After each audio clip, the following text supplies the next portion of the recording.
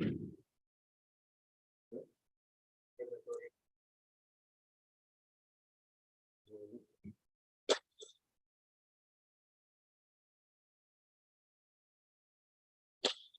mics are on, but you can hear. Yep, that's.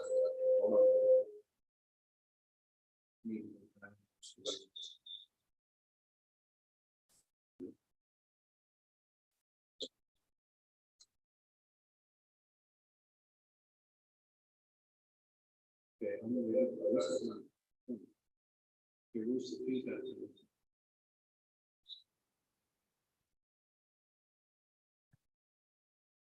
No mics are on. Where is this?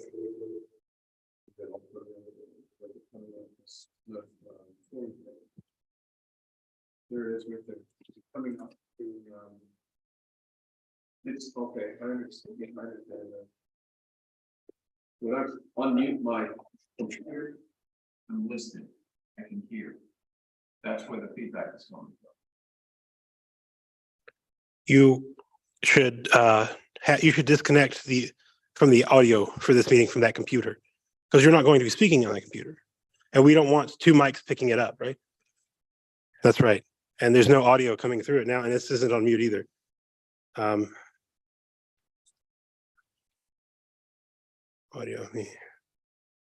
Okay, the microphone is bouncing green.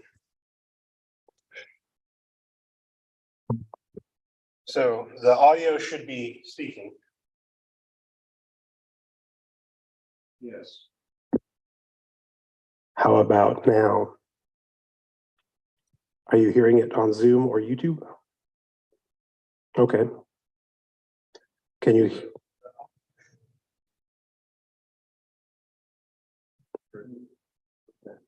I clicked on some food. Okay. There's a delay. Hearing it on Zoom. That's what you said 30 seconds ago.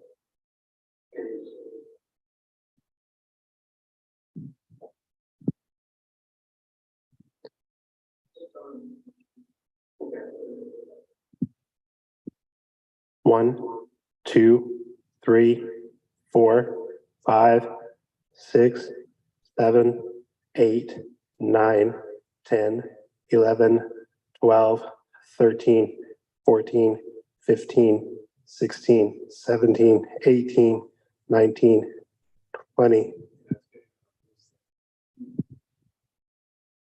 So for me to hear, I have to have my microphone and my speaker. You can have the speaker on but be on mute, right?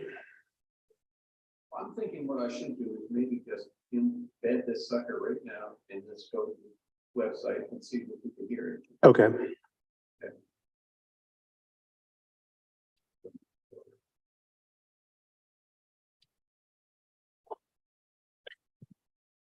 Tell me when to start another count to measure the delay.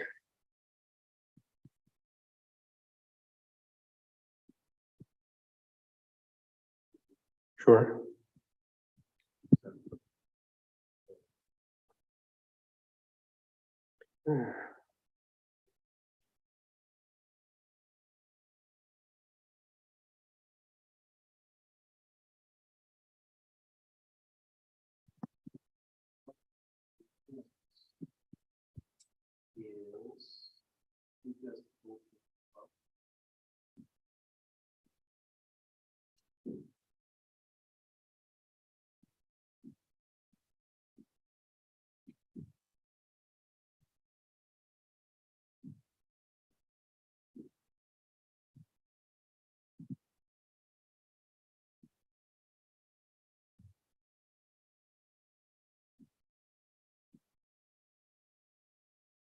Oh, I know.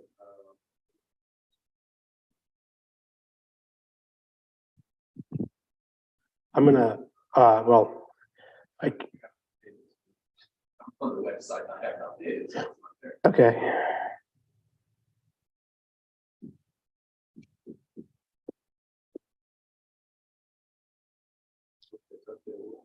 So I go and I'm going to start counting. Right. 1, 2, 3, 4, 5, 6, 7, 8, 9, 10, 11, 12, 13, 14, 15, 16, 17, 18, 19, 20. Good evening. How are you? I'm doing well. I'm James Conley. How are you doing? Mr. Brewster, I said. Name is Ray Brewster. I'm one of the How do you do? candidates. Welcome. Thank you for coming up today. Pleasure. Yeah, that's great. We are trying to calibrate a few AV issues, make sure that the streaming is right, because we're streaming simultaneously on Zoom. And Now we're all doing it, or are you just doing it on your own now? well, right now we're just getting it set up, but Okay. the event will, once we get it right, will be on both on a Zoom call for those who have the link, also on YouTube and on the website of the NAACP group here. Okay, at one point, I always said. Because we didn't have to do it. That part. So that's, okay. Yeah, so the biggest challenge is because one of the candidates is ill, so she's being remote in. Correct.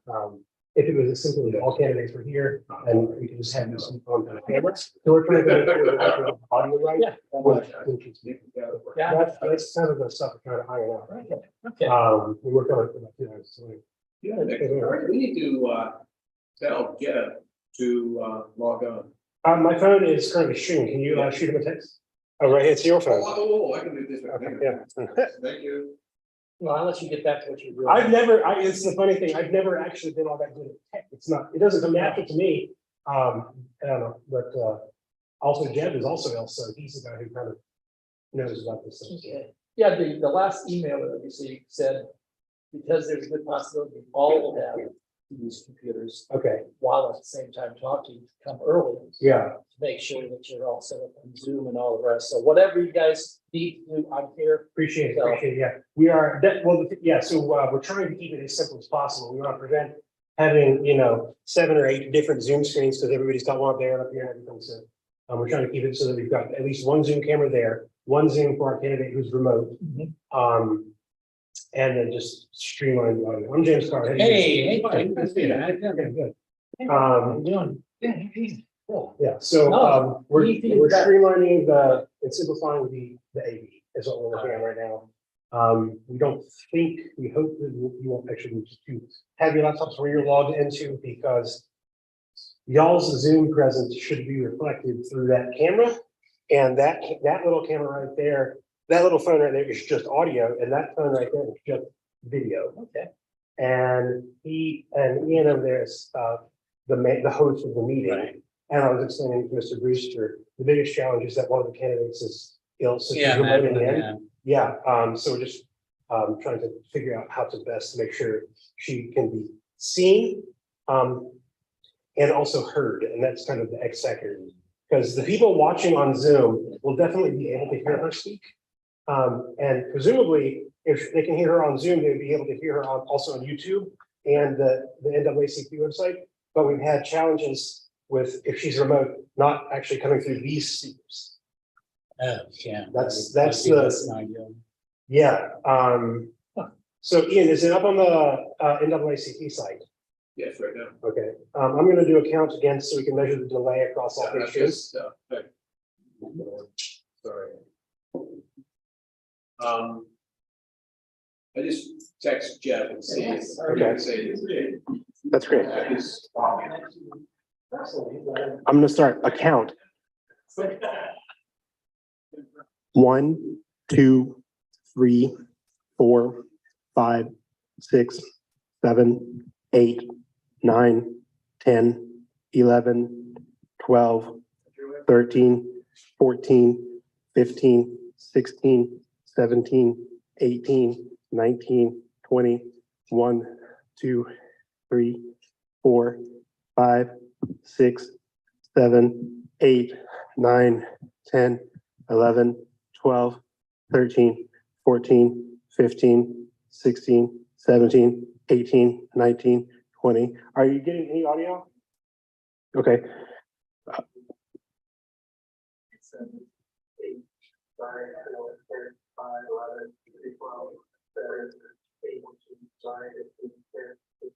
So that sounds like, Because picking up here Mhm. with this microphone, or because I'm on Zoom, because but that computer should be on mute. So that shouldn't be picking up audio. if I do it on mute, then I can't hear what you're saying. Mutes the microphone, but you should still be able to hear out of the speakers of that, even if you're on mute. It should be at the bottom left. Go to the Zoom meeting. Yeah.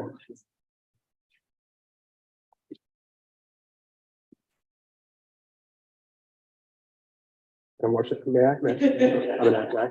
So, okay, usually sometimes we'll say Zoom. Where is the Zoom meeting?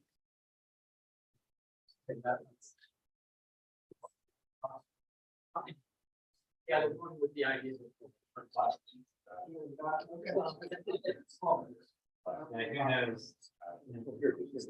Oh, okay. Yes, so that's where you mute or unmute. So you should still be able to hear out of the speaker.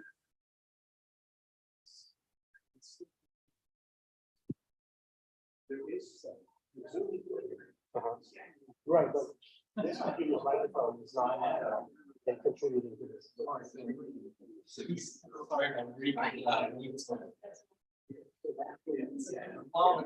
Yeah. I think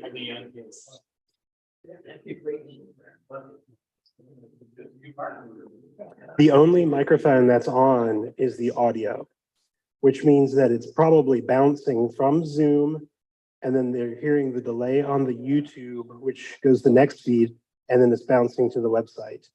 So all three sources, the Zoom, the YouTube, and the website, each have a delay after the other. Here. Right. That's right. So, oh, mute.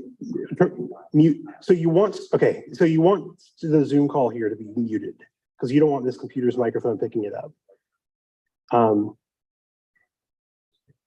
So the thing is, I think the only people who are experiencing this delay will be ones who have all three video streams open, or at least two of them, you know. Oh, okay, yeah. So can you, is Jeb, have you gotten a response from him yet? Okay. Can you text Jeb, please listen to only one stream at a time and let us know, say, Zoom first, and then YouTube second, and then website third. Oh, he only has access. He's not watching on YouTube too? To, All I want to do is sit Mhm. and go to the website. Yeah. Oh, is the YouTube stream not access to everybody? It's just YouTube to the website? Got it. I thought, okay, that's fine. So yeah, so please have him confirm that the audio is coming through the stream on the website. I know.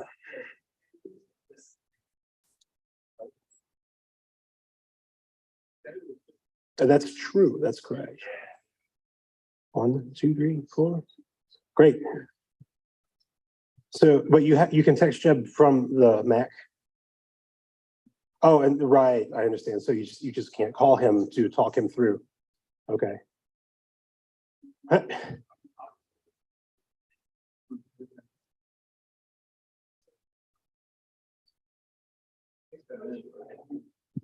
So I will keep talking through the mic, through the audio system we've set up. And can you please ask Jeb to confirm once he can hear anything on the website? So welcome everyone. We are doing audio testing and you will hear me talking. We are waiting for confirmation that the audio is streaming successfully through the YouTube stream posted on the NAACP website. We have somebody who is at home on the website that we are awaiting confirmation from him to tell us that he can hear it through the website. So that is why I'm talking, and we are gonna wait until he can give some kind of thumbs up, because once Jeb, who's watching on the website from home, can hear us on the website, then we should be cooking with grease. Tyree, do we need Tyree? Oh, to post it, because his computer is the one that functions the televisions. Yeah. Good evening, Tyree. We are almost there. We're waiting on confirmation from Jeb that the audio is streaming through the website of the NAACP. So what you can do for us, please, is set up the computer such that the Zoom meeting shows on the TVs as we did this morning. Yeah, thank you. The same link should be the same one that works that I emailed you this morning. Okay, thank you. Let us know, Tyree, if you need to resend the link. We need to resend the link. All right. It looks good on your end. That's great. And Tyree will set us up with a video here. Our ambition is, since people on Zoom will be able to see the speakers here and the candidate who's remote, Maddie. Our ambition for these screens is to have just Maddie's face so that we have all the candidates here and Maddie up there. Seems like the simplest, most straightforward arrangement. Yeah. All right, so Tyree's on the Zoom. Any word from Jeb yet? Nothing?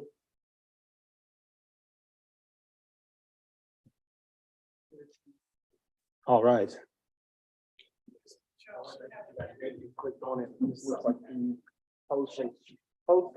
Oh, you may need to let him in the room.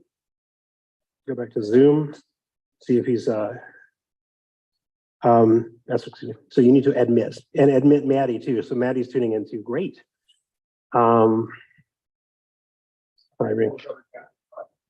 Great. Welcome, Maddie. Madeline Hanley is tuning in. Madeline, can you kindly please turn on your camera or at least give us a signal that you are here as we continue to work on AV setup? Absolutely, I am here. Can you hear me?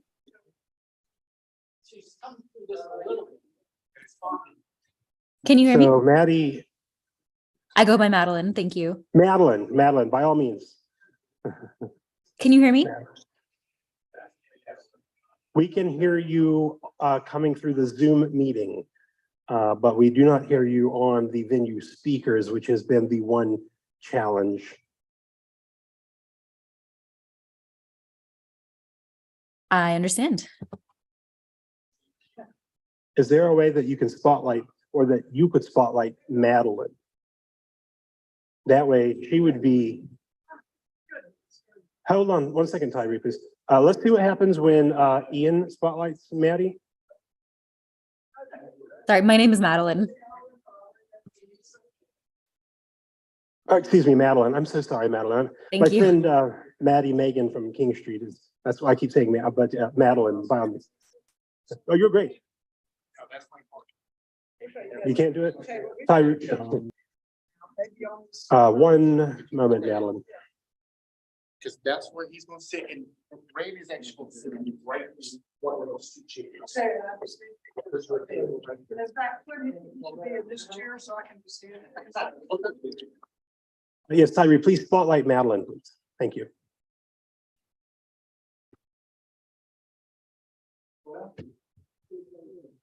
So Madeline, I don't know what you can see on our end, but up high, out of the camera range, are two large television screens that we are trying to spotlight you so that the audience in person will be able to see you on both screens.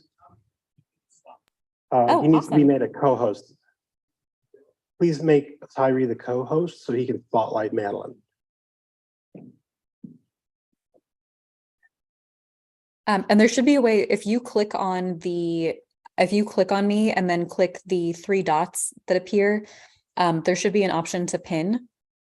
Oh, okay, cool. That's, yes, I hear you, Madeline. The issue is making sure that we have the correct systems identified as the co-hosts so that they can do that action.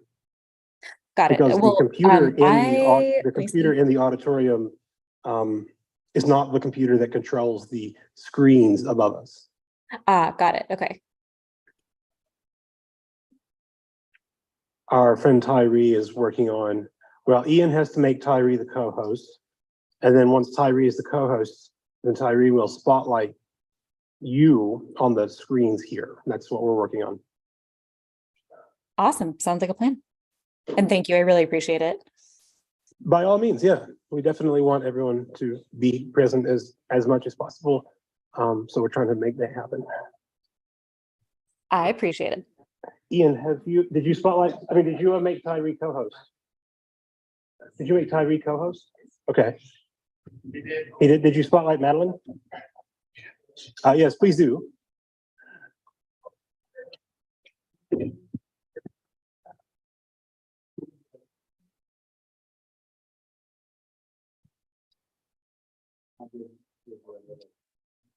All right, 3 dots. The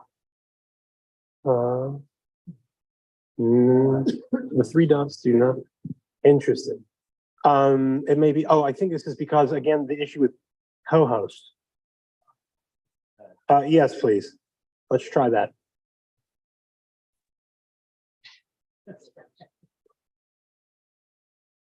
I'm not a co-host and I'm still able to pin.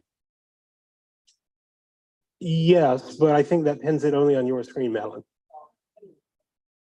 Got it. Yes. 1 second. What's that time?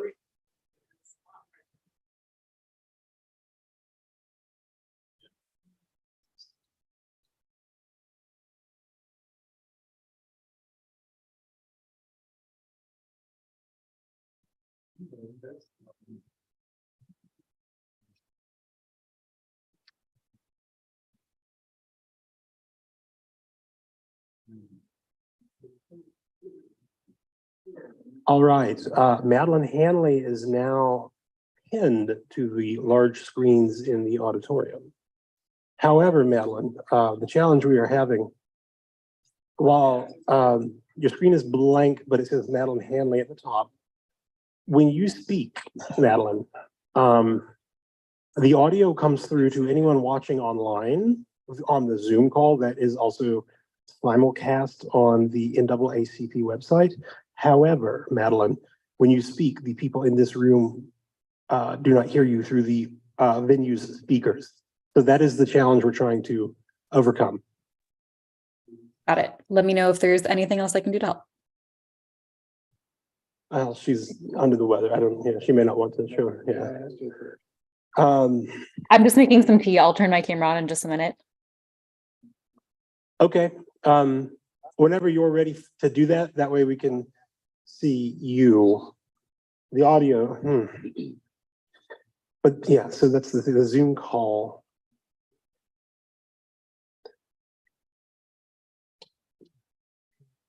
It's an interesting puzzle. Ideas are welcome. How to get the Zoom audio to come out through the venue speakers without causing feedback. Yeah. Have you tried, just to ask the question, have you tried clicking on lower left-hand corner of the screen where the microphone is? If you click that little arrow next to the microphone, and then you should be able to select a speaker. We can try that. Again, the issue is the fact that the room audio is not actually connected to the Zoom call itself. We experimented this morning with a Bluetooth that would actually shoot the Zoom meeting to the Bluetooth speaker. Again, feedback was a problem because you would hear the people speaking through the internal system, which would blast out through the Zoom meeting also, and then the Zoom meeting would blast out again through the Bluetooth speaker. Yeah. I wonder, I'm trying to think, I wonder if it's possible to mute it somehow between answers. If you can what now? Just wondering if it's possible to mute it between answers. I know I'll certainly go on mute between answers if that would help at all. Assuming that we set up the Bluetooth. Let's try the Bluetooth one more time. We have time right now. Now, would this be the one that connects to the Bluetooth? No, that would be, I suppose we could do it through Ian's computer. Okay. Let me Thank you for your patience, Madeline. Thank you. Again, I appreciate it. Yeah, this is what we're trying to figure out the wrinkles this morning. Yes, but the idea of muting it would take a very proactive mute, unmute person on Ian's part. The speaker? I can put it right. Yeah, let's try that. Thank you.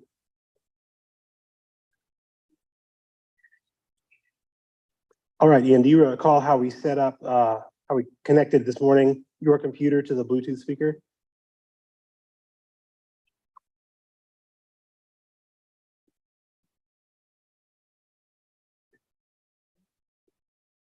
Jeb is calling Ian's phone, which is currently the speaker arrangement audio. Oh, yeah, you can say put on. Do not disturb. Jeb, can you please text Ian if you can hear on the speaker or not? Okay. Now it's ringing. All right, the Bluetooth is on.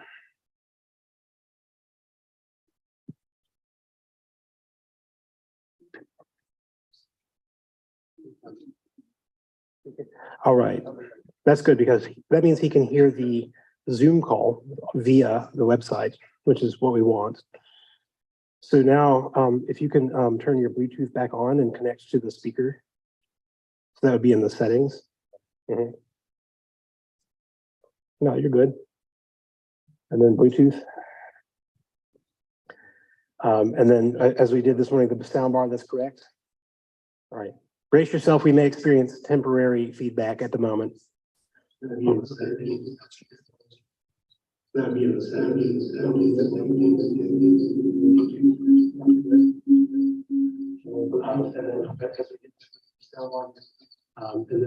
we did this, brace yourself, we may experience temporary feedback. Brace yourself, we may experience temporary feedback at the moment.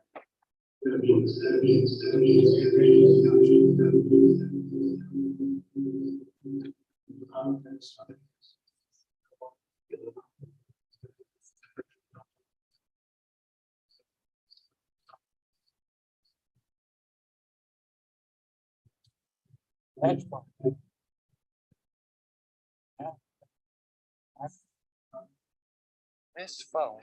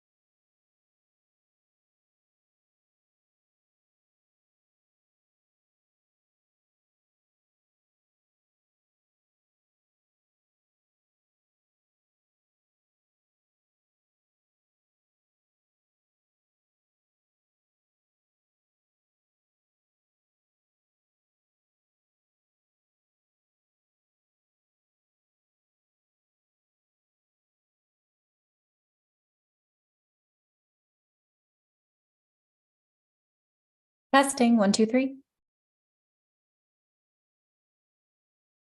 Testing, testing. Testing. Testing, good. Testing, testing, testing, testing. Testing, testing. James, I can't hear you, but I can see you. You're there. Testing, testing.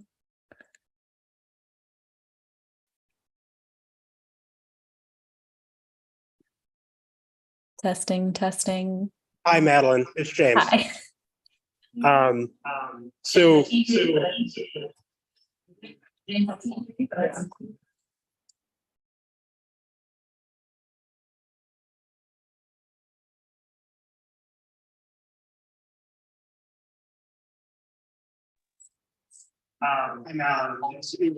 hi, Madeline.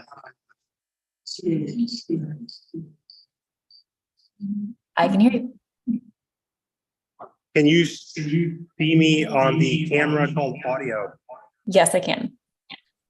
All right. So we can hear you now because the entire Zoom meeting is broadcast through a Bluetooth speaker. Okay. The challenge. The challenge is feedback. Okay.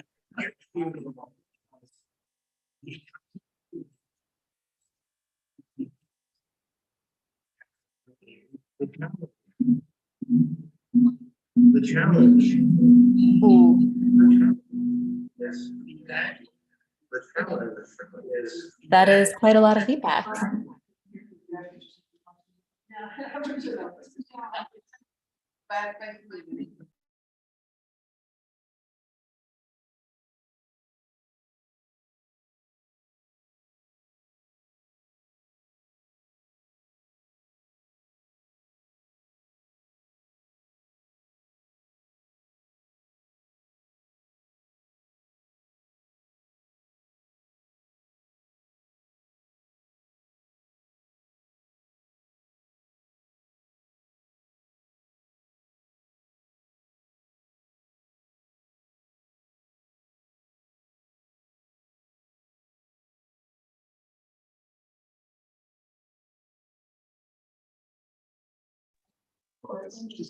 Everybody stay muted, please. So accept this audio phone in my hand. So if I talk through this microphone, you can hear me, Maddie, right?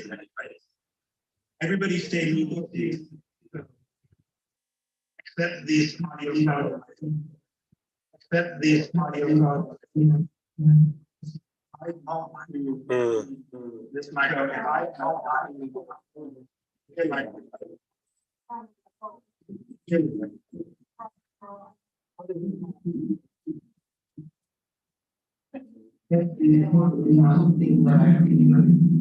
So if we want to hear Maddie, because the Zoom call is broadcast through the Bluetooth.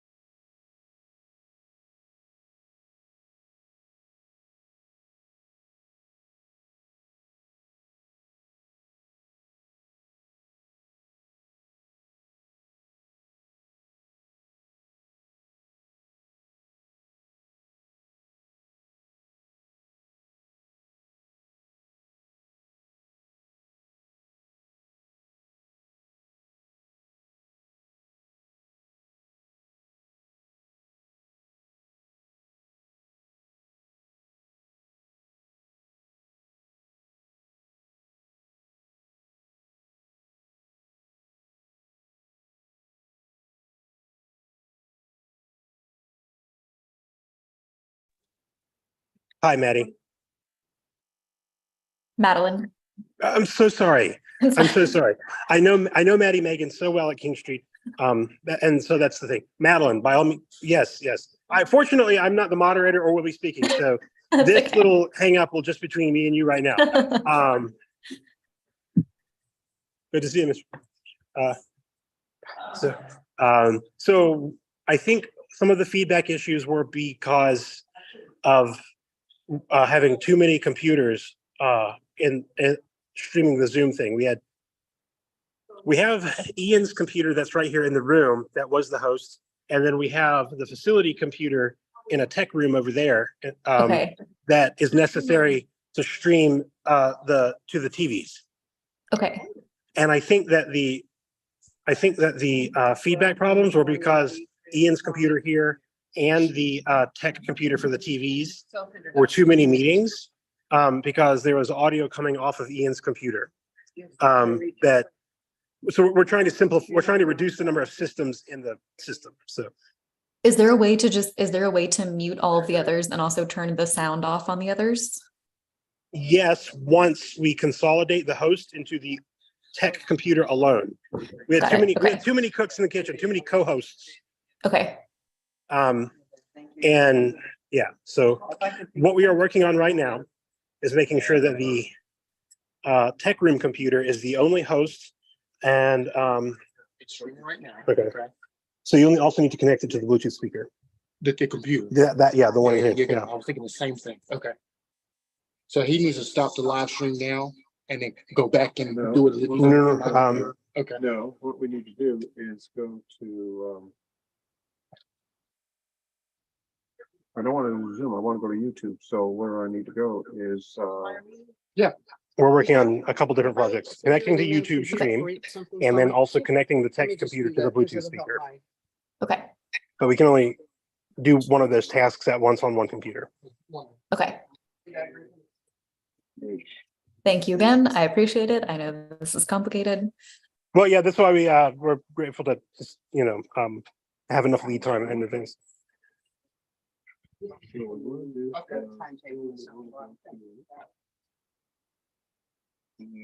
Ooh, yeah. I think you're in Tyree's personal account. Yep. So you need to log out of his YouTube account. Go right here, the T, Oh, there, Yeah. there. Okay, And then thank you, log thank out. you, thank you. sign out. Where? Right here. Yeah, okay, got it.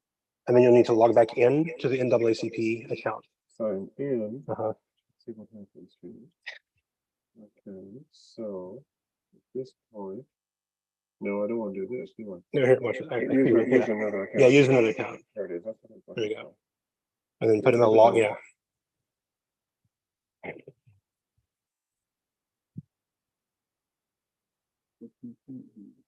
Crap. Okay, so opens accounts, like that's what I want to go to.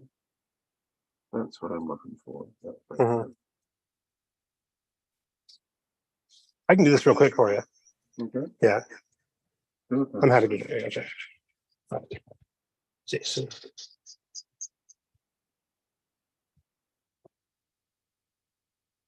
Okay. And the password. Password, all caps. Mhm.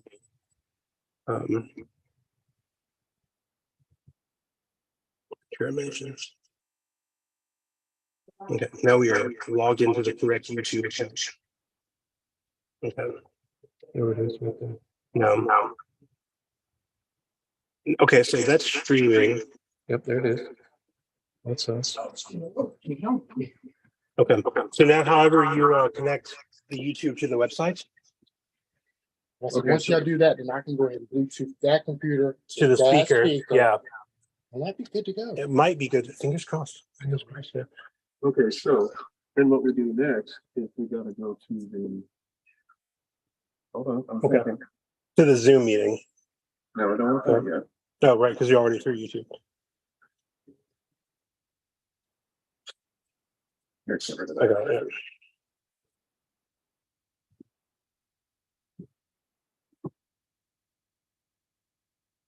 That's, where am I?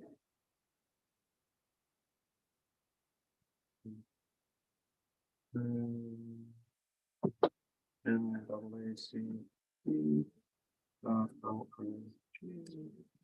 We should go there. And then we want to.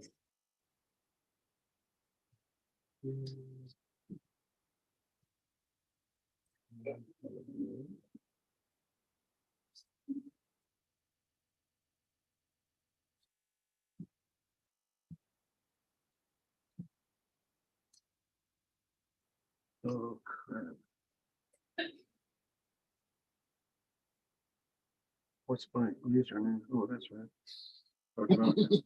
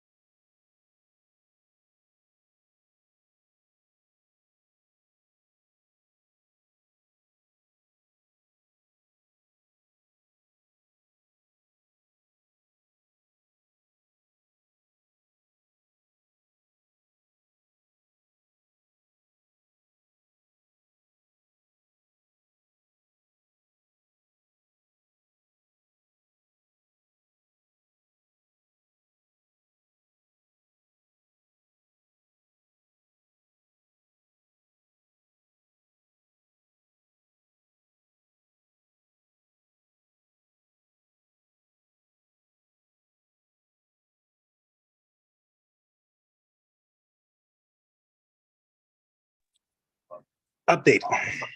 Exactly. We have one device I'm like, okay. doing sound. Maddie, can you give us a sound check, please? Testing, 1, 2, 3. Yeah, and it's not, you can't make it. Oh, you turn it Testing, up? testing. Uh-oh. Well, I mean, it's not too, but it should be good now. Keep going.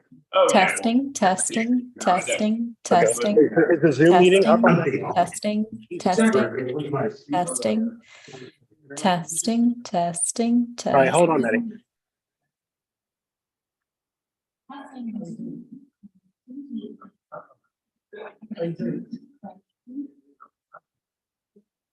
Hey, Tyree.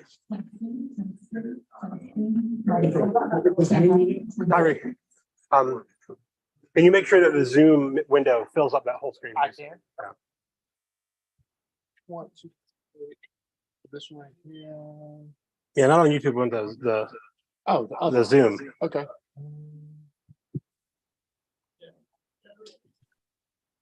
Maybe the Zoom. Where's the Zoom? Down here? Oh, real quick. If you want to exit that Facebook, that'd be perfect. Okay. Yeah. One. So just close off. You can refresh it.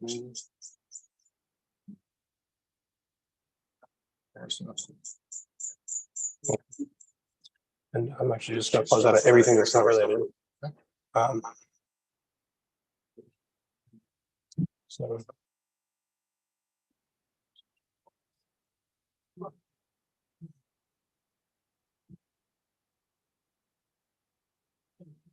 Browser, how we want.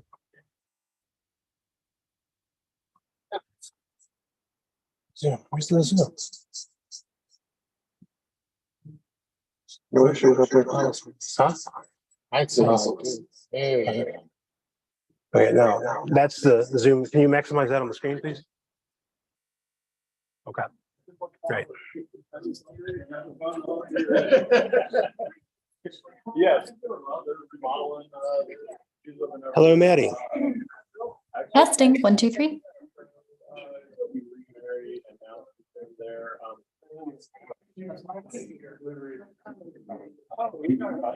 Testing. Just tell me when you need me to be testing.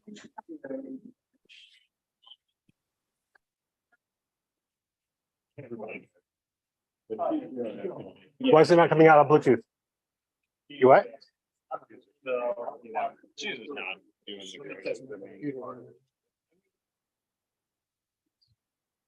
So, oh, you know what?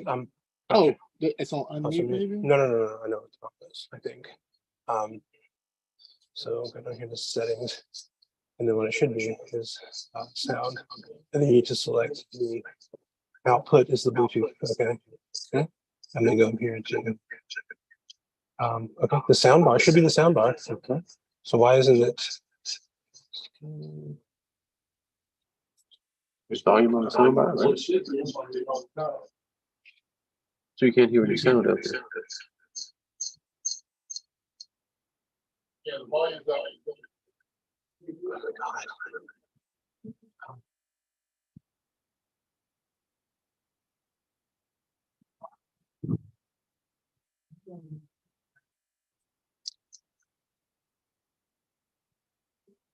And then just make sure that the Zoom preferences, audio.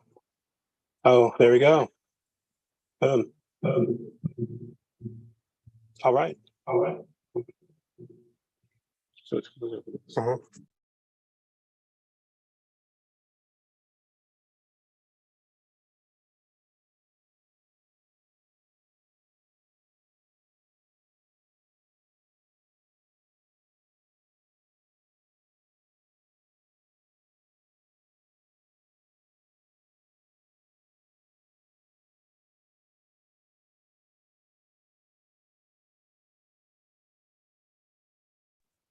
Madeline, please.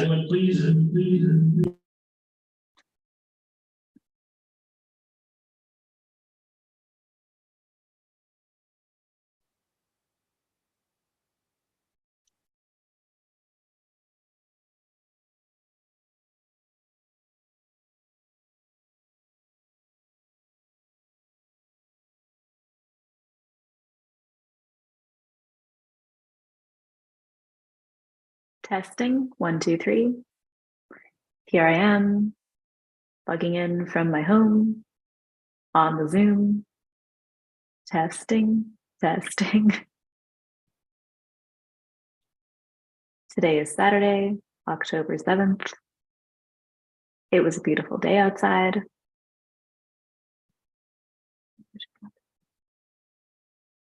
Testing, testing, testing. Testing, testing, testing. Hopefully there's not as much of an echo now. Maybe, maybe not. All good?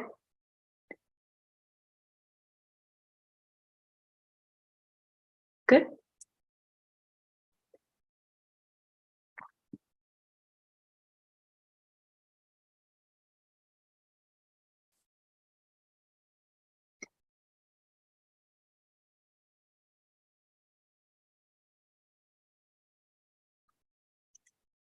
I cannot hear any. James, if you're talking, I can't hear you.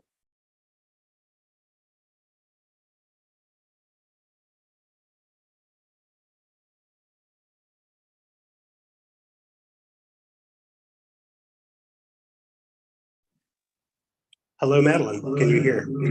Yes, I can.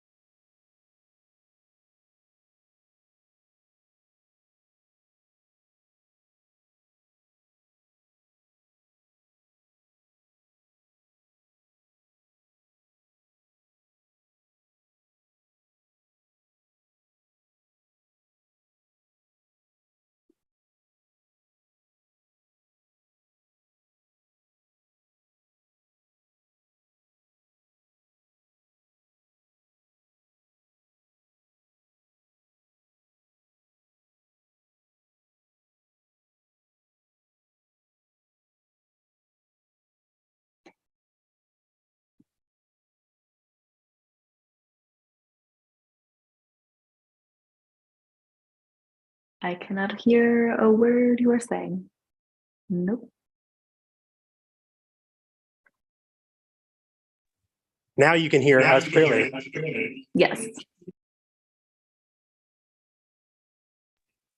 So exactly, Madeline. If we have it set up so that you can hear us, we experience feedback. Okay.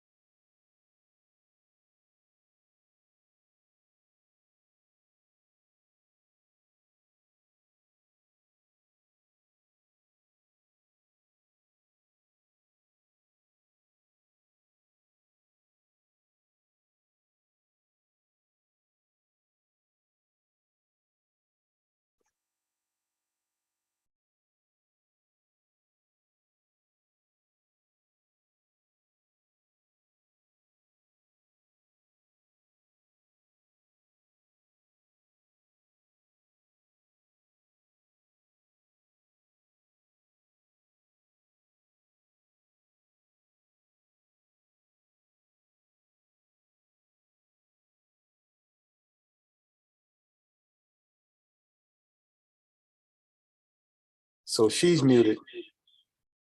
No, see, there's another one. Is hers muted?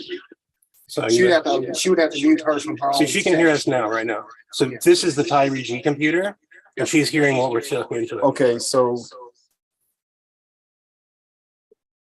Right? Madeline, say something. You on mute? She's on mute. So go off mute for me for a second. Testing, 1, 2, 3. Okay, can you hear us now? Yes, I can. And we can hear you. But if we're in Amazing. the other room, let's go in the other room real quick. Here you go. You know me, yeah. I do have to run to the bathroom. We're not gonna make it. Gonna be more exciting.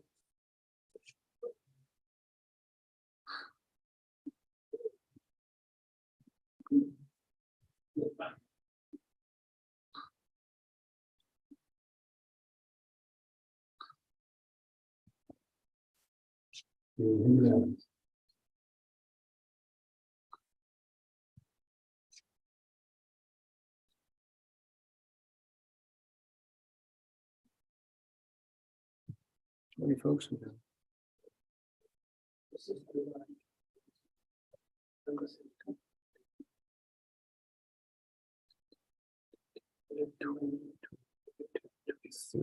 So.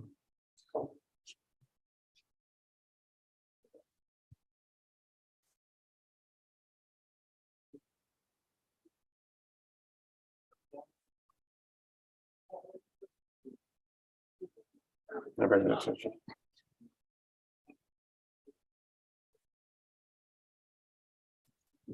Which one? Hi, Madeline. Is your volume turned all the way up? Is my volume turned all the way up? Yes. On your end. On my, I mean, I have headphones in, so We think that a potential solution is you maximize the audio output on your end so that you can pick up on things that are going on in the room. okay. We can try that. Okay. And then this. See, the reverb's not terrible. Yeah, but it's there. We need to capture the room audio to deliver to the Zoom to Madeline so she can hear us. Okay. So do you want? He wants to know if the live feed works for the candidates who are there. Have you tested? Yes, right? The live feed? The live feed is streaming and active, yes. Madeline, can you hear any of this? Yeah, I can hear. Now, well, some of the candidates, Mr. Moderator, will you please give us a sound check so that we can see if Madeline can hear you? Madeline, Kind of. Kind of. how about now? Kind of. Can you now? I can hear the person who just asked if I could hear now. Mr. Moderator, one more time.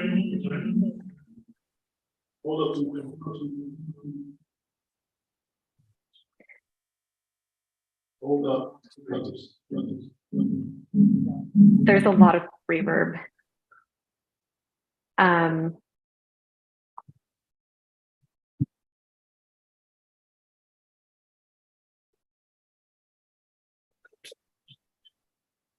Right.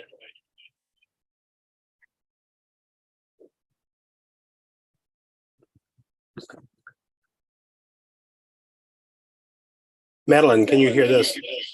Yes, I can. Okay. I am speaking to the microphone and the computer in the tech room. And that microphone cannot pick up the speakers in the auditorium, but for your visual to appear, this computer in the tech room must remain plugged into the HDMI. Got it.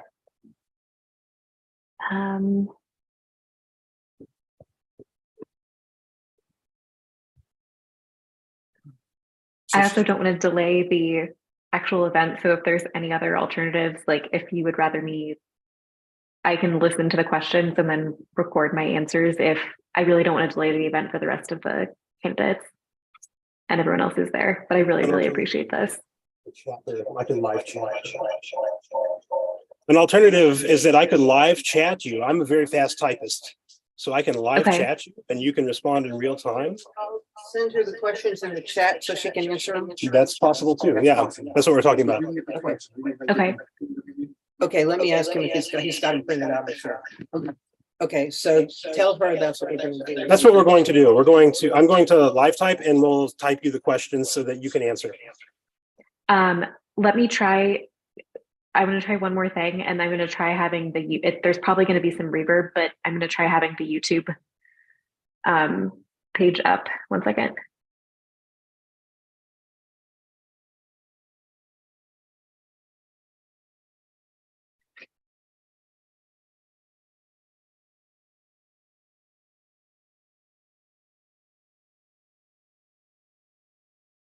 Oh, there is definitely a delay. There is definitely a delay. I think the typing answer probably.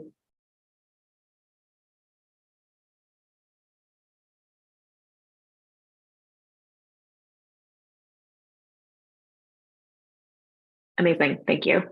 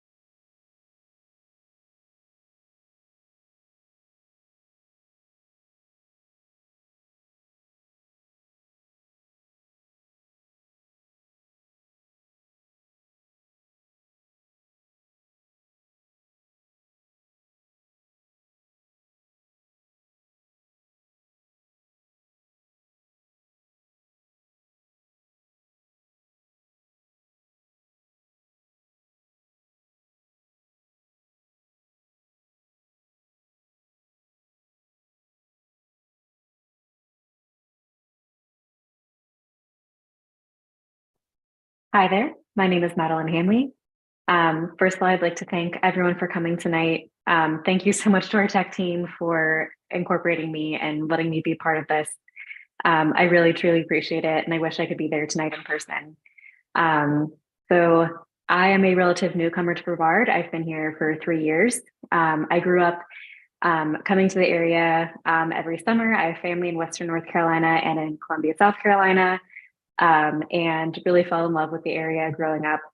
And in 2020, when my job went remote, my entire family ended up taking the plunge and moving here. And now all of us call it home. My parents, my sister, brother-in-law, niece and nephew, we're all here. And it's amazing to have family, to have so much family here.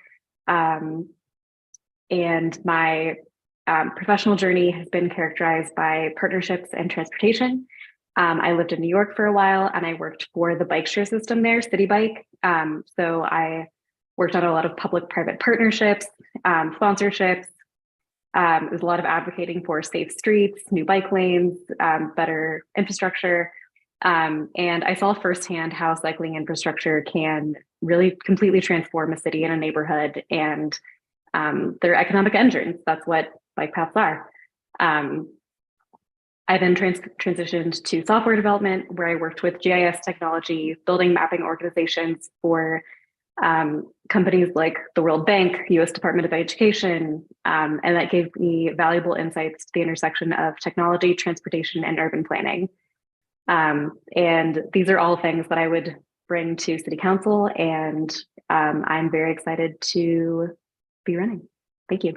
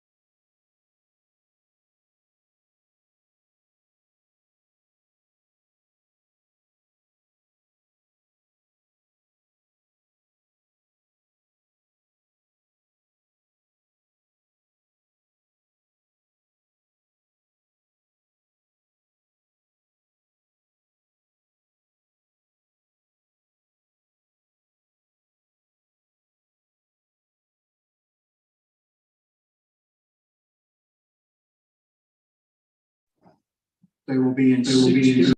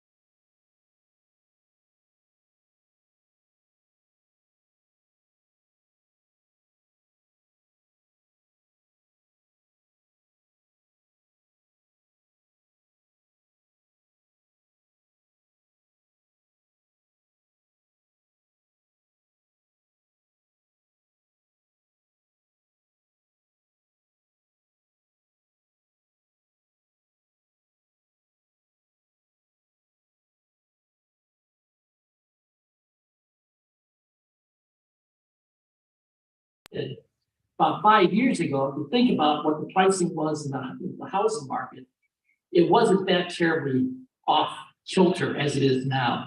But we had people that were smart, they had money, and they bought up a lot of property and they made them into Airbnbs. As a result, literally our inventory is gone. And you know what happens when we have a lack of a particular item. The cost for that item goes right through the roof.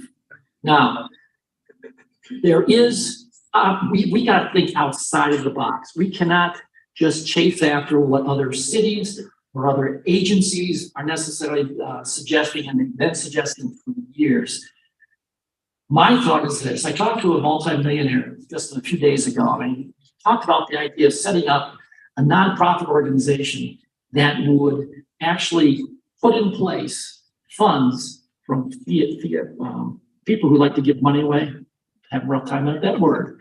Put that money into the fund where they can actually build the homes. They have rent that can be frozen, and literally in a period of 15 to 30 years, these people could rent to own and have their pricing. The thing is, it's stayed, they have their inventory kept in place, and we don't lose it. And there's so much more to say. Your turn. Thank you, Mr. Brewster. Mr. Daniel?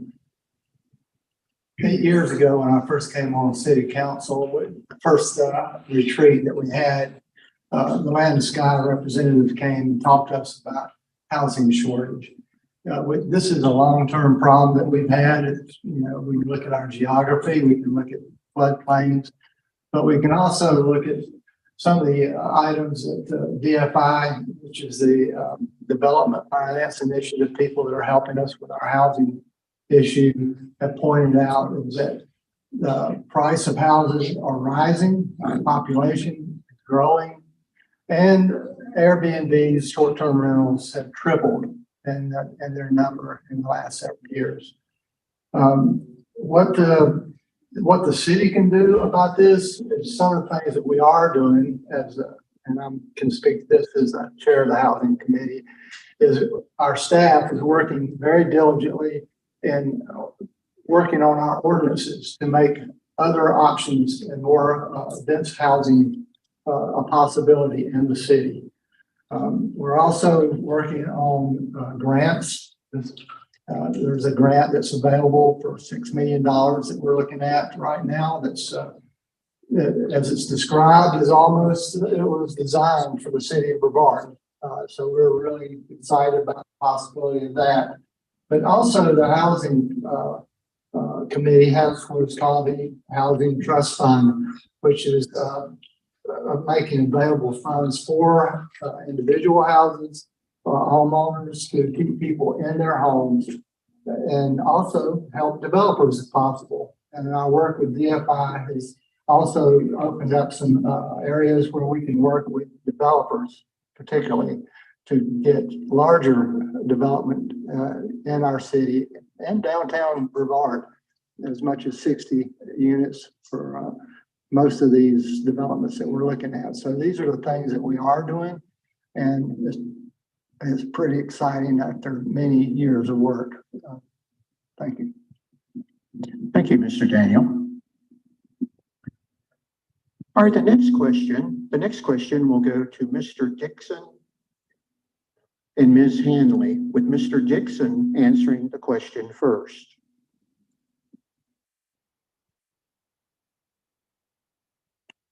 Is it important for the city to work collaboratively with the county and/or the town of Rosman in areas of mutual interest? If not, why not? If so, what specific areas of mutual interest might benefit from joint collaboration between the city and the county and/or town? And what would you do personally as a city council member to foster this collaboration? Again, this goes to Mr. Dixon and Ms. Hanley, with Mr. Dixon answering first, and I will repeat the question. Is it important for the city to work collaboratively with the county and/or the town of Rosman in areas of mutual interest? If not, why not? If so, what specific areas of mutual interest might benefit from joint collaboration between the city and the county and town? And what would you do personally as a city council member to foster this collaboration? Thank you for the question.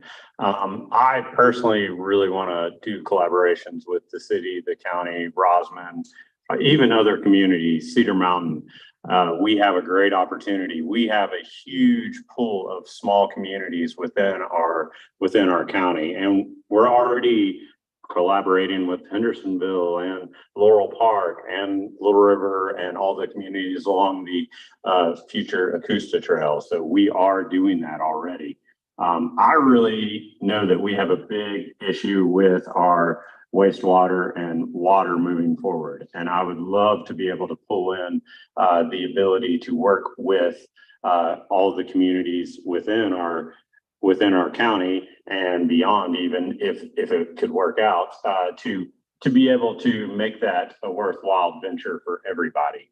I personally had a business on 64 there, and going out towards Penrose is it's so busy out through there, and the business just stops at the city limits far as infrastructure goes. So if we could continue to bring those arching out, we got Rosman Highway, we have a ton of these that we could identify as great business outlets and also help out the housing issues by bringing in those types of taps and bringing those things forward for everybody within our community.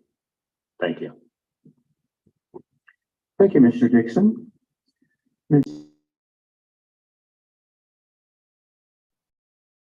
Testing, can you guys hear me?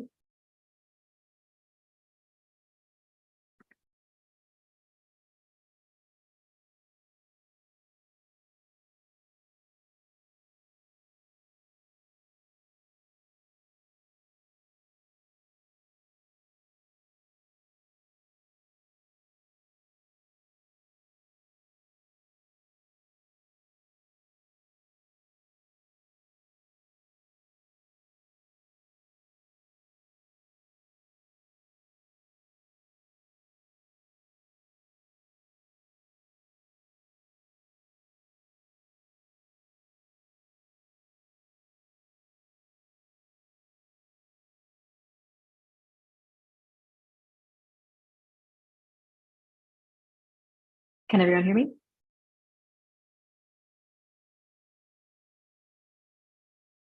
Fantastic.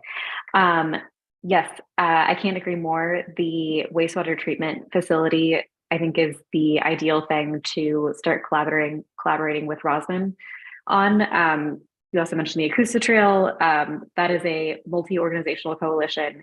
And look what we can accomplish when we collaborate with other organizations. And that is exactly what we need to do for the wastewater treatment facility. More taxpayers means potentially more funding. So that's great too.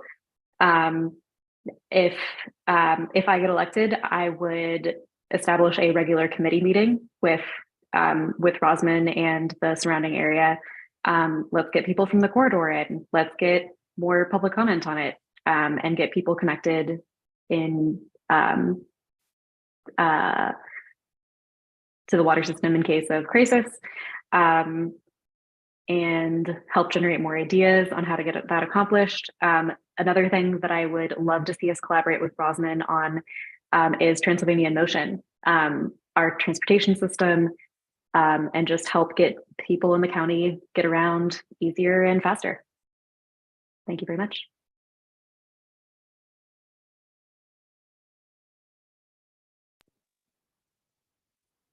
All right.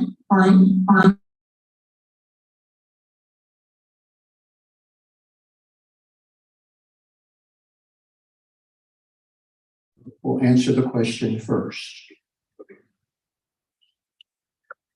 Within Brevard, there are a number of vacant commercial locations. For example, the old Kmart space, the old Bilo space, the city camper site on Jailhouse Hill, and others. Besides being eyesores, vacant locations represent lost economic potential, reduced job opportunities, and lower tax base. Does the city of Brevard have any role in assisting and facilitating the repurposing of underutilized property within city limits? If not, why not? If so, what is the city's role?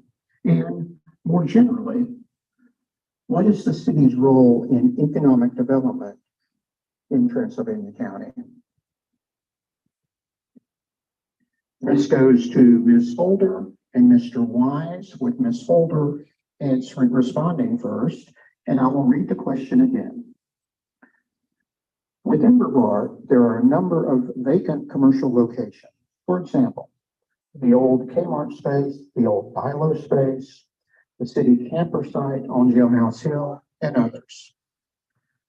Besides being eyesores, vacant locations represent lost economic potential, reduced job opportunities, and lower tax base. Does the city of Brevard have any role in assisting and facilitating the repurposing of underutilized property within city limits? If not, why not?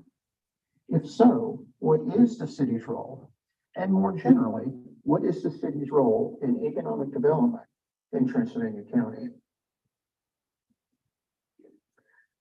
You're right, they are eyesores. And I've actually asked about a couple of the buildings and why they can't be used. And the city's role is a little difficult because if it's privately owned, then the person has the ability to decide what they want to do with their property, if anything.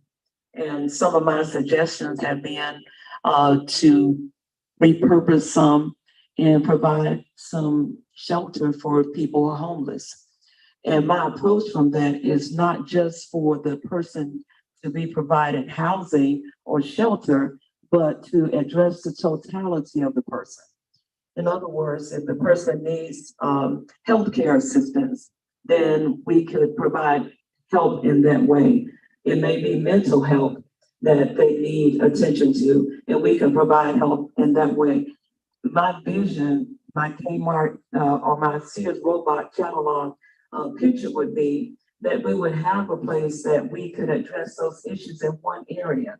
And so we can bring that person to wholeness, as well as to bring them to feeling good about themselves and finding jobs, helping them to find jobs and helping them to find a new lease on life.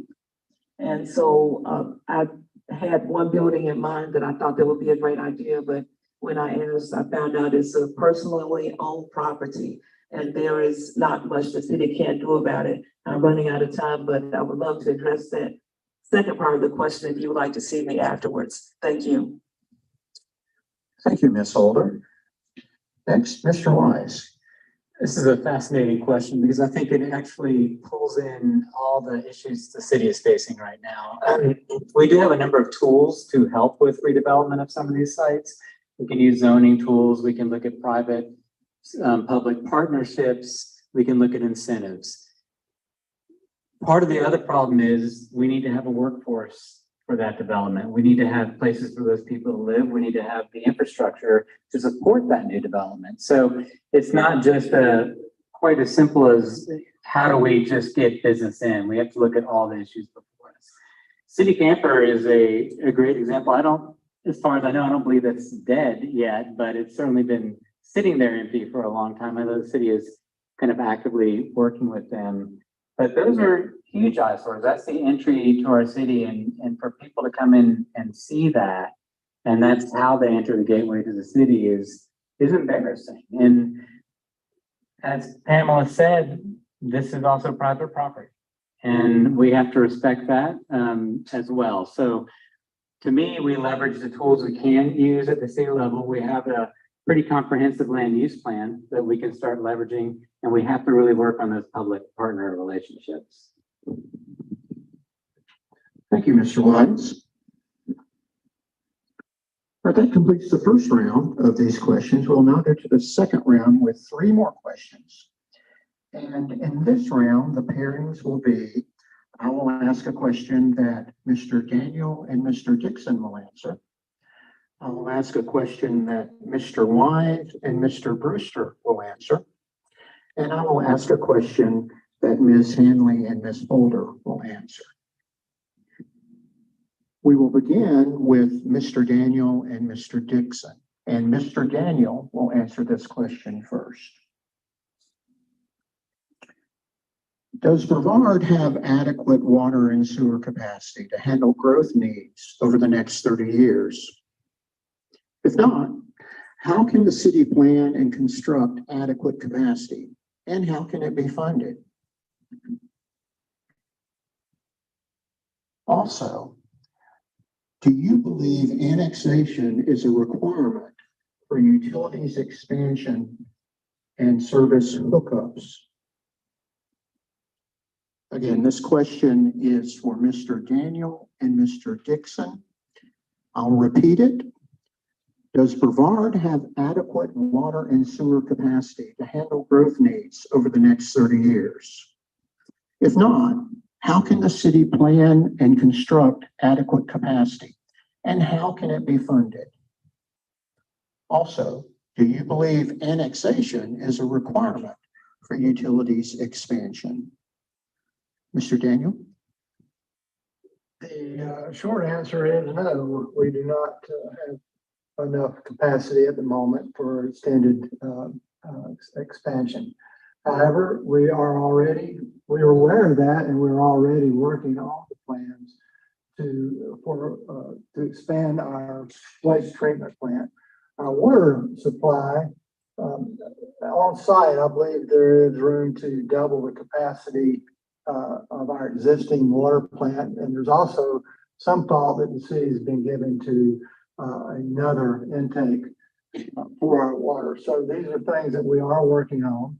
I think the thing about the waste treatment plant, which is probably our most important concern at this moment, is something that the city does not have the funds to pay for, which is why we need these set of plans, engineered plans, so that we can begin applying for grants as soon as possible.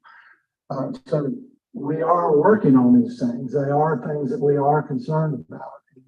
The other issue of annexation, we are actually looking at, as we speak, at some of our policies on annexation and supplying water and waste treatment for people who are providing good jobs or for people who are providing housing. This is in discussion, and it's yet to be determined what we're going to do. But I'm open to what will be best for our community. Let's put it that way. We're going to consider all these things, and we'll come to that decision very soon, I think. Thank you, Mr. Daniel. Mr. Dixon? So yeah, I think Gary and I agree on a lot of these items here. Yeah. So I am obviously in favor of the expansion of our water and sewer. It is something that's very crucial to make our city successful moving forward. I want to plan for success, and setting up, having the capacity to move forward and to be able to have that capacity moving forward is super important to make sure you have enough food at your house when it snows, having that growth within your system. And I'm in favor of utilizing more hookups and more customers to help us. And I personally do not think we need to annex them to have those connections, but I do believe we do need to know the uses and have agreements with them.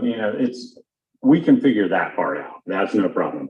But I'm all in favor of working with the town of Rosman, working with people, like I said before, going out to Little River. I mean, if we can make it work, Cedar Mountain, those sorts of situations. So that is truly something I'm in favor of. So thank you. Thank you, Mr. Dixon. All right, the next question will go to Mr. Wise and Mr. Brewster. And Mr. Wise will answer the question first.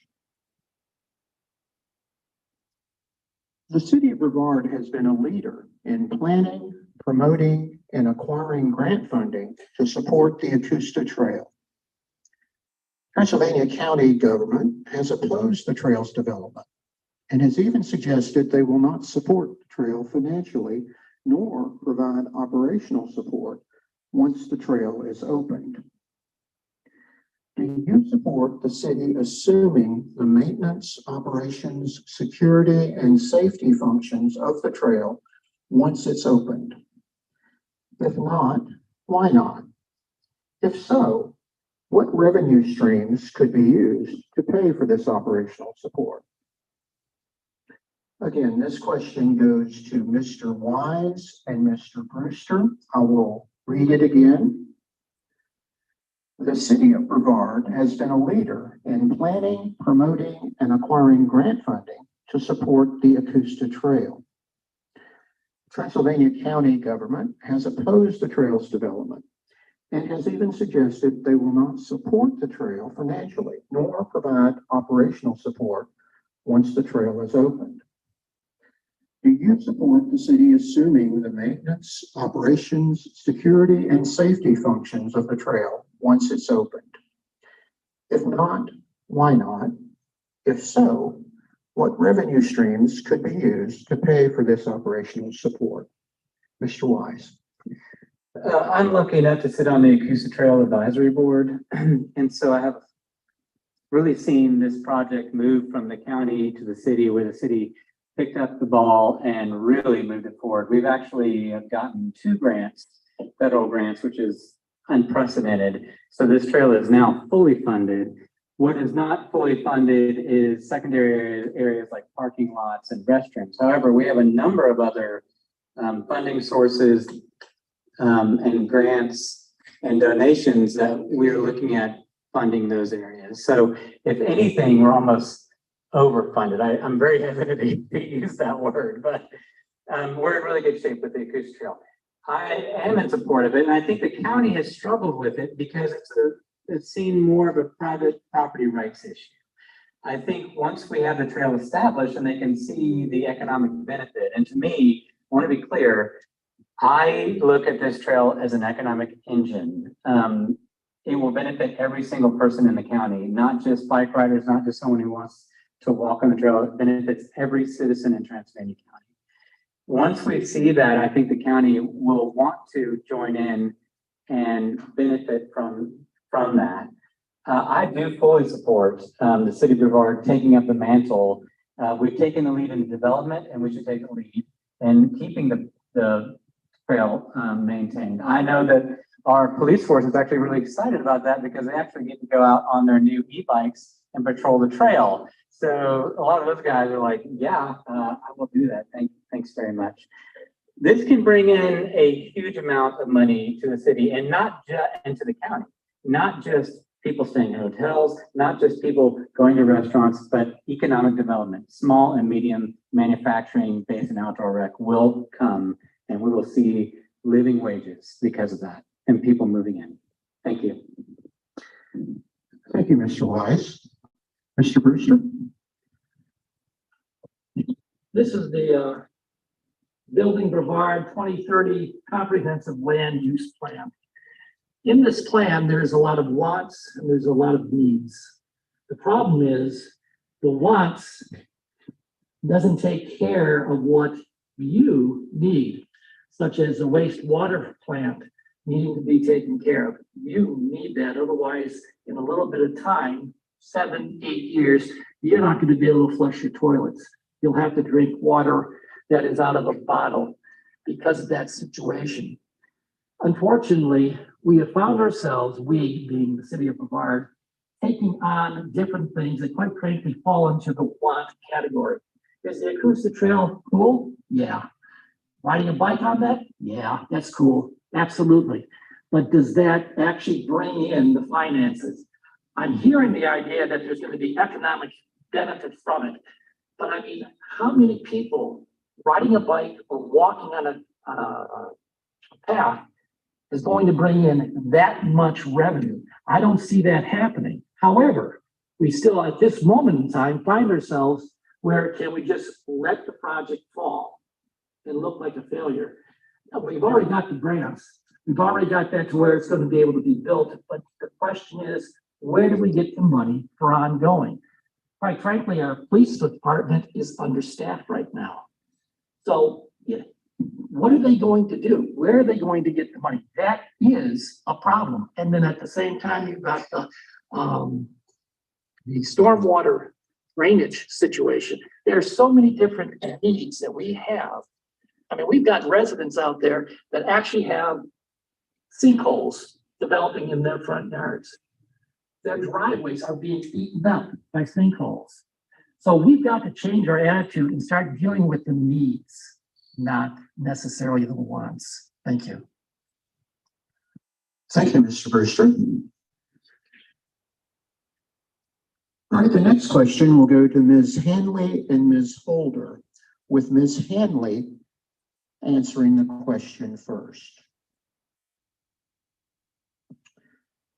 Brevard's economy is heavily dependent on small business growth. Yet the composition of business ownership in Brevard is very homogeneous. Some communities in North Carolina facing these same issues have implemented support programs aimed at increasing the numbers of minority and female-owned businesses. The state of North Carolina has an agency to facilitate mentoring and capital access assistance for minority businesses and female-owned businesses. Is racial and gender diversity in economic opportunity an issue the city should engage in? If not, why not? If so, how can the city do it? Again, this question is for Ms. Hanley and Ms. Holder, and I will read the question again. Brevard's economy is heavily dependent on small business growth. Yet the composition of business ownership in Brevard is very homogeneous. Some communities in North Carolina facing these same issues have implemented support programs aimed at increasing the numbers of minority-owned and female-owned businesses. The state of North Carolina has an agency that facilitates mentoring and capital access assistance to minority-owned and female-owned businesses. Is racial and gender diversity and economic opportunity an issue the city should engage in? If not, why not? If so, how?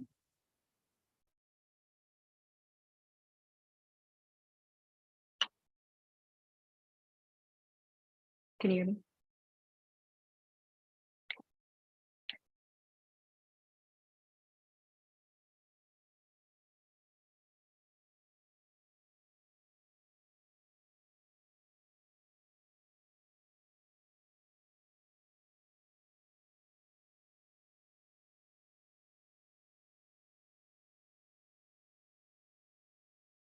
Okay. Fantastic question. Thank you so much.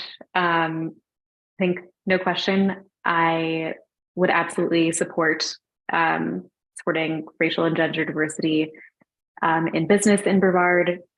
We could start small. This could start very grassroots. Simply starting a monthly meetup for networking for women and minorities to meet other business owners. I'm a remote tech worker, so my answer is almost always going to involve technology. We could start a website that pairs entrepreneurs in town with wannabe entrepreneurs, with people who have ideas. Let's get those people together and collaborating. Right? This can be volunteer led. Some of the best mentorship programs are. But I think the important part is pairing people who have experience here, who've lived here for a long time, who have businesses that are successful. Let's get them together with women and minorities, and let's see what we can, what kind of collaborations we can do. Could we support pop-ups at the farmers market? Could we support another tent for those kind of candidates at different events in town? Could be a really great way to highlight them as they are growing and evolving their nascent businesses.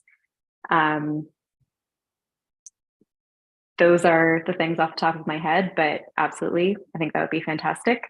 And I think we've mentioned outdoor gear manufacturers. I would love to see us focus on women and minority-owned outdoor gear manufacturer. I think that would bring a really great economic opportunity to the area, brings more jobs. and brings more people to Brevard.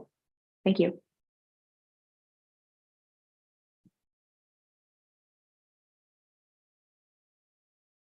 Not sure that the city should be involved in that as much as the Chamber of Commerce. When I first started working for the Chamber, I worked in the small business development department. And in that department, we offer classes to minority businesses, to women-owned businesses, and that's where it was supported. And so I would lean more towards that being an effort for the chamber.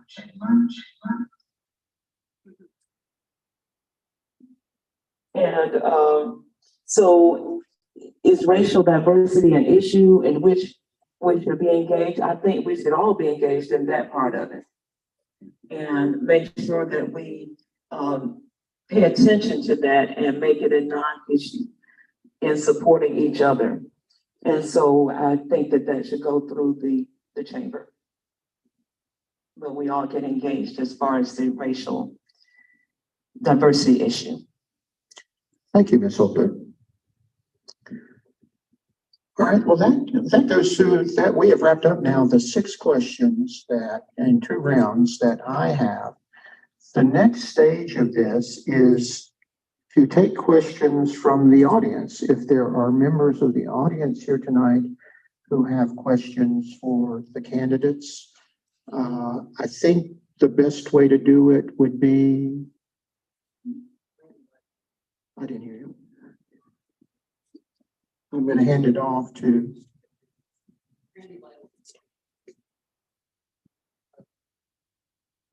Good evening. I'm Randy Lytle. I am the president of Mercy Kings Community Center Executive Board, and want to thank you all for being here. This is a very important occasion, a very nice facility that we're hosting it in.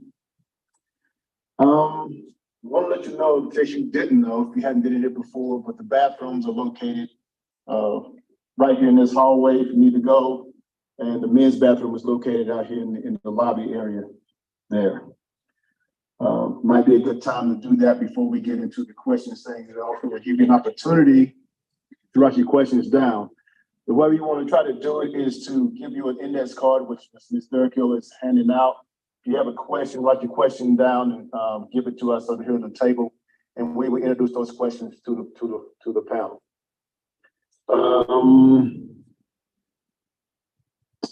That's about it. I think we should take maybe a couple of minutes, about a 5-minute break to do that. Go to the bathroom, write your questions down, and we'll get started with part 2.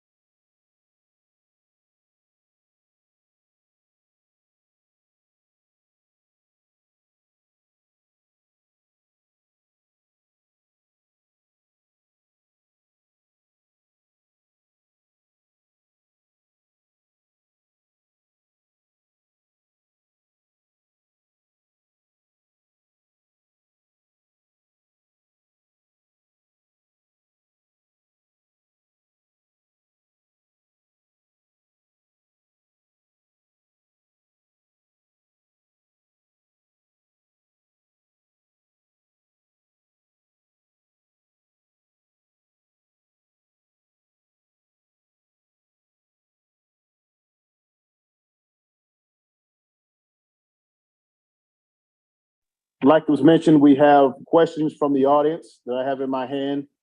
And I have the distinct pleasure of picking and choosing which one we're going to read.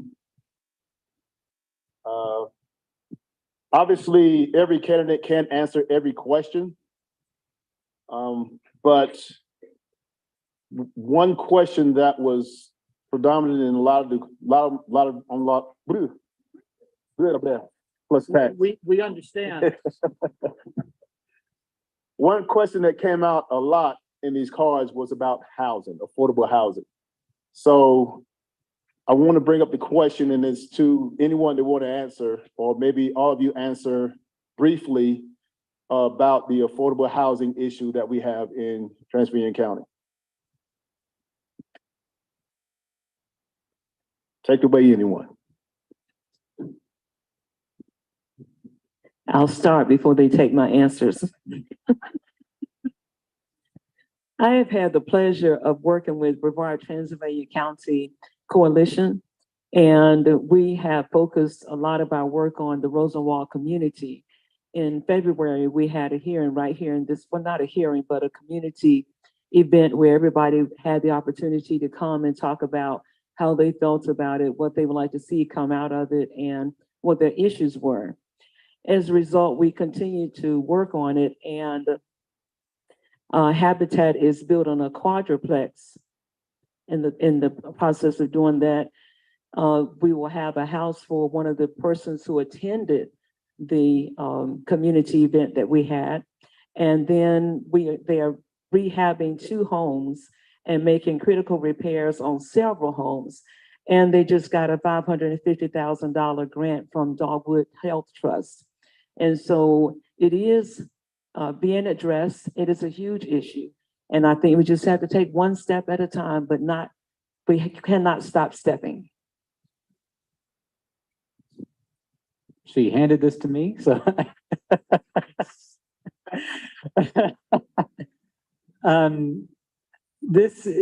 We have used the word crisis, and that's an accurate word.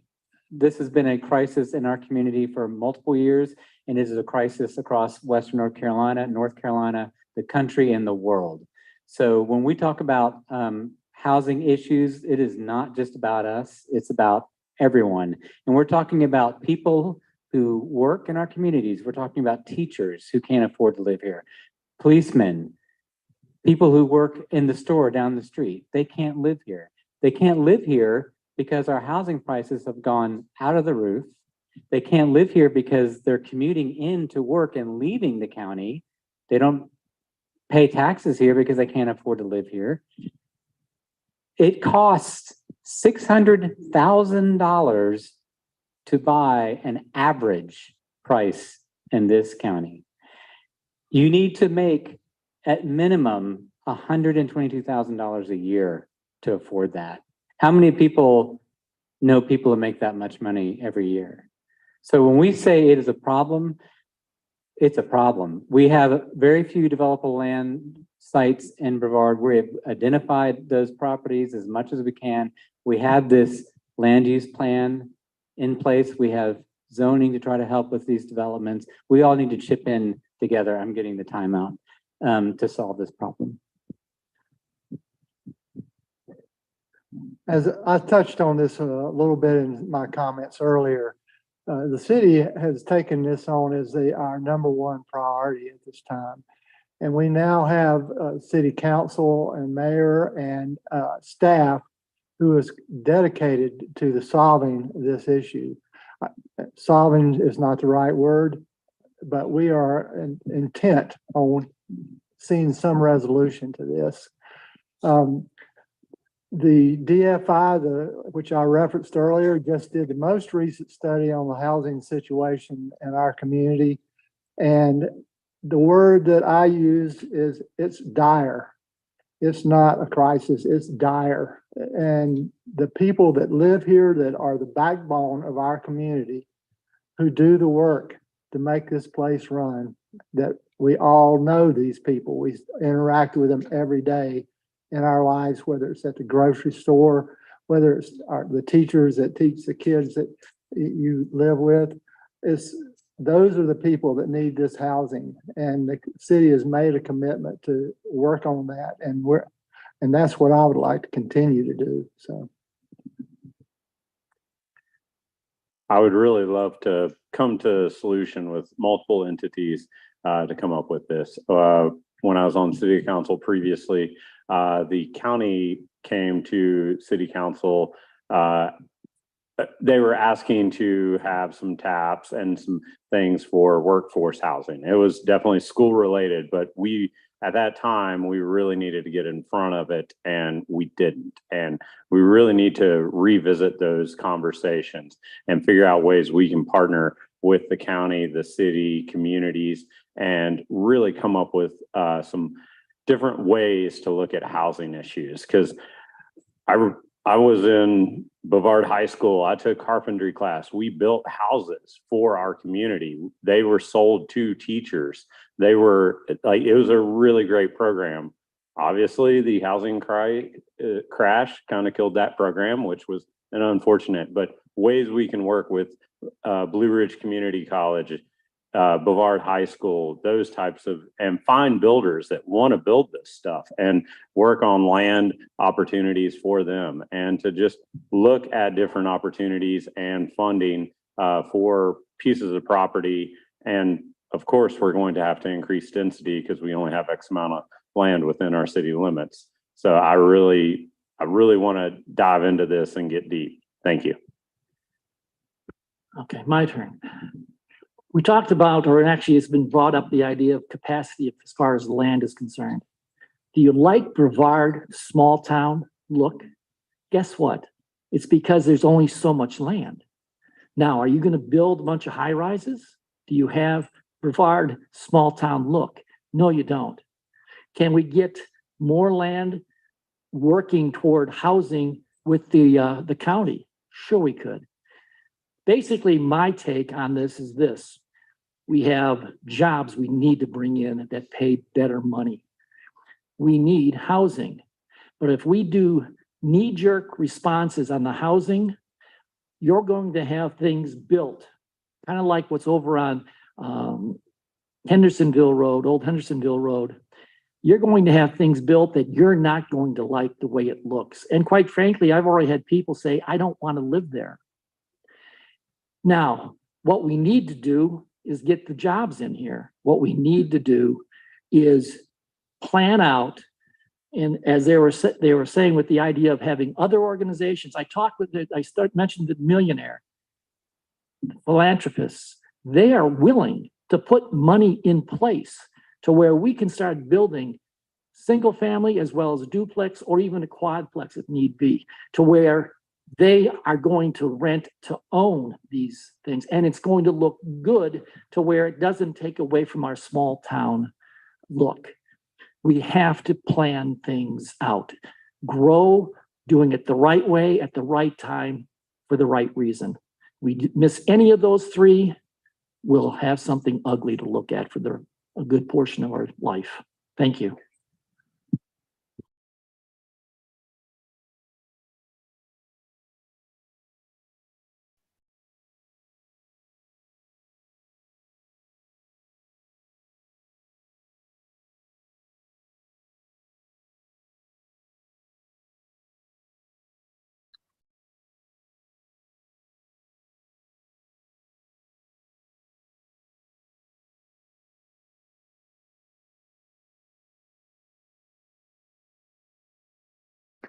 Hello, again, great question. We desperately need affordable housing, or simply attainable housing. Affordable housing can get kind of a bad rep, but right, it's really just, can people afford to buy a house? I myself have lived here for 3 years and I'm still living with family because on single income, I can't afford to buy a house here. And I think a lot of the concerns surrounding high rises or apartment buildings, instead, for me, it's really the people that make a town. You know, Brevard is such a fantastic community because we have people from all walks of life here. And if we want to continue to see that and see that kind of community and let it flourish, we need to have younger people be able to afford to live here, right? It's the people moving here, it's people who have family here, it's people who grew up here, maybe moved away for college and are trying to move back, and they simply, oh no, okay. What was the last? I'm gonna just start over because apparently couldn't hear. Okay. We desperately need affordable housing. I myself have lived here for 3 years and I'm still living with family because I'm single income. I can't afford to buy a house here. And I think a lot of the resistance surrounding apartments or high rises, right, worried that it's going to affect a cosmetic look of our town. I know an architect right over there, first of all. And for me, it's really, for a small town, it's really the people that make up the culture of a small town, not necessarily the way it looks. But again, we know architects who can help with that. Right, so the people who are trying to move into those apartments, it's because they can't afford this $600,000 house. It's people whose family live here and they want to move back and be closer to family, and be closer to the wonderful nature and trails we have, and music and local businesses. And middle housing, apartments, townhouses really lowers the barrier to homeownership, and we absolutely need those things. Another thing that I would love to highlight in collaborating with other organizations, United Methodist Church in Rosman, they donated land and they are building affordable housing for teachers in Rosman to encourage new graduates to come teach at Rosman High School. So every month, half of their rent goes into a savings account for them, and the other half goes towards building maintenance. And then when they leave, when they are done teaching there, all of the money in that savings account, they get that money. So it teaches them to save. And I would love to figure out how we can, how can we bring similar programs to Brevard? Is there something we can do with Habitat for Humanity? I think there's a lot of really fantastic opportunity there, and we need to go after it.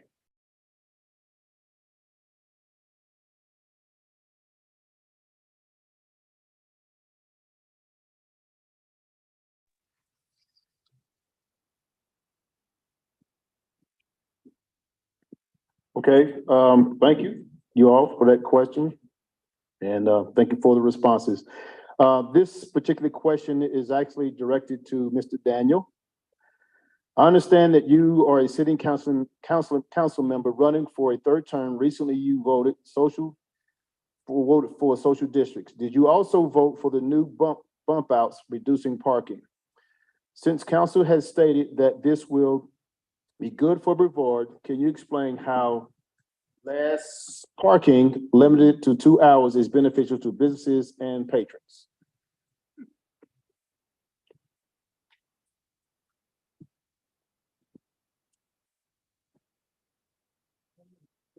I have a little map here.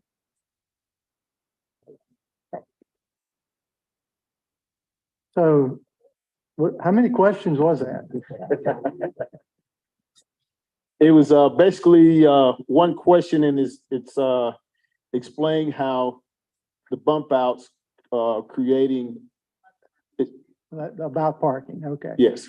So I'm going to show you something here. You're not going to be able to see the detail, but if you look at the color,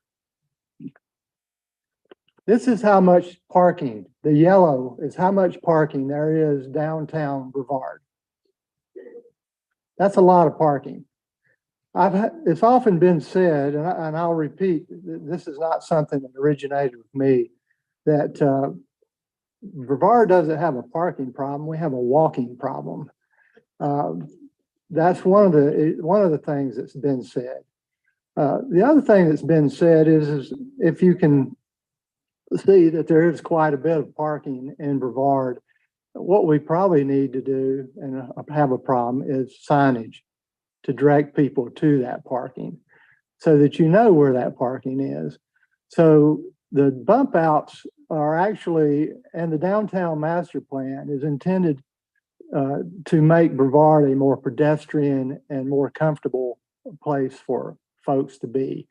And that grew out of Focus 2020, a program that's over 23 years old that was initiated by the citizens of Brevard and business owners and other stakeholders, that this is the plan that they wanted to move forward with a whole lot of other things that the city Focus 2020 included. So this is not something that the city of Brevard is just making up. So thank you.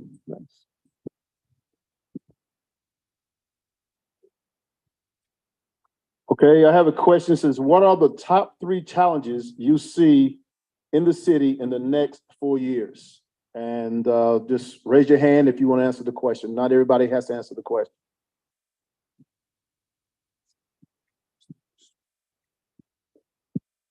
Go right ahead. I'll give you the top 5. Number 1, we need to have the business owners and the residents, not necessarily in that order, put first. Not tourists, not other individuals, but the residents, the ones who are paying taxes out here, and the business owners. Their needs need to be taken care of, number 1. The wastewater treatment plant has got to be fixed. Otherwise, we have problems. The storm water management needs to be taken care of because there are people who are losing their property because of sinkholes. The economy needs to be changed. We can no longer stay tourist attraction only. We have got to get better paying jobs in here. We've got to get and work with the county organization to bring in these businesses that will pay the better dollar amounts. I mean, our kids are going off to college. They have nothing to come back here for other than a service job. My wife owns So Fine by Design. We pay someone $20, we pay someone $14 that probably shouldn't get paid $14, another one $12, and one $10. But it's all based upon what they can do as far as sewing is concerned. If they could do even better, we'd pay more. The problem is it's a service industry. We need to get businesses in here where you can get paid much more than that. And we haven't spent the time in that area. We've got to.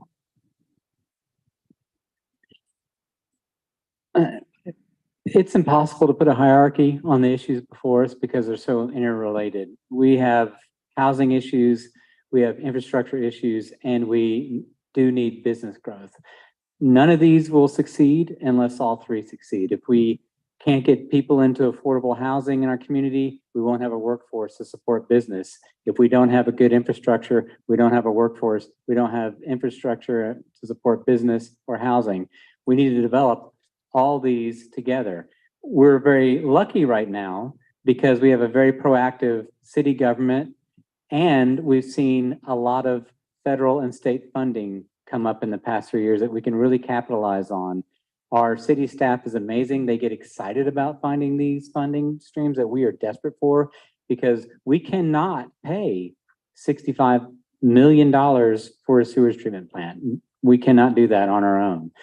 So there's a number of tools we can leverage, but there's no way to separate these 3 issues. We have to attack them all at the same time.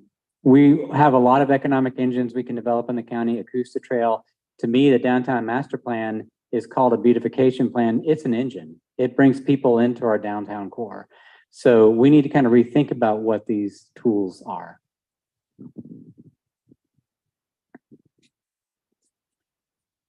I agree. I'm not going to be for just a second, but the wastewater treatment plant is, I think, priority. We're at 70%, and I don't think any of us want to go to 100%. And so if I were to put my 2 cents worth in, that is a priority.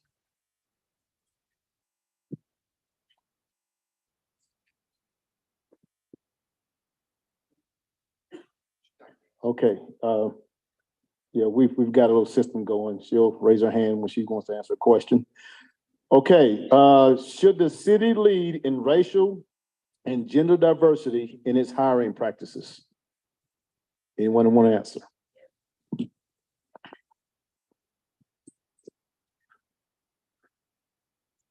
People should be hired based upon what they can do. If you tried hard, you worked hard in school, you got your grades, you understand what's going on, why in the world are we going to discriminate against that particular person because their particular color is the wrong color? That's racism, okay? So we should be hiring based upon the ability of the individual. Bring them in and congratulate them. Let them work. We can no longer continue on doing where we this idea where we are discriminating against people. I mean, everyone has the ability to learn. Everybody has the ability to go after the American dream, the opportunity. And when we make it too easy for one group or too easy for, we're hurting them and we're hurting ourselves. We can't do that any longer. Thank you. I had an experience a couple weeks ago that got me. First of all, when I first moved here, I noticed the lack of racial employment in public establishments. I was on the phone with a friend of mine the other morning, and as we were talking, the garbage people came to pick up the trash, and I noticed an African American was on there to help. And I thought, wow, there's an African American working. And so, yes, we do need to be involved in the racial hiring practices. I don't know why he was the first one that I've seen since I've been here. Maybe I just don't see them pick up the garbage often enough. But I remember how that hit me to get excited about that. Now, you know, it's not a great job, but it's a job that we have to have. And it's a job that we need. Why did it take me 2 years to see someone helping to pick up garbage? And so, yes, I think that we can do a better job with racial hiring. Yes, I agree that people need to be qualified, but does that mean none of us are qualified?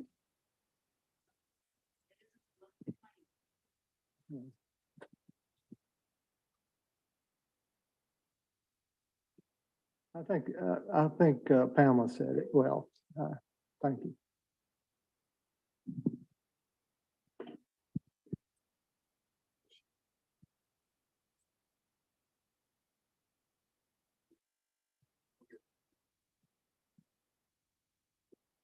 Okay.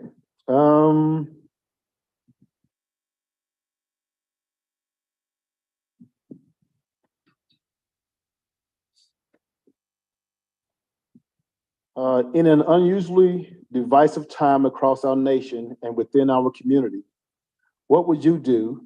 What could you do as an elected official to help bring about the kind of unity that Brevard has applied to issues in the past?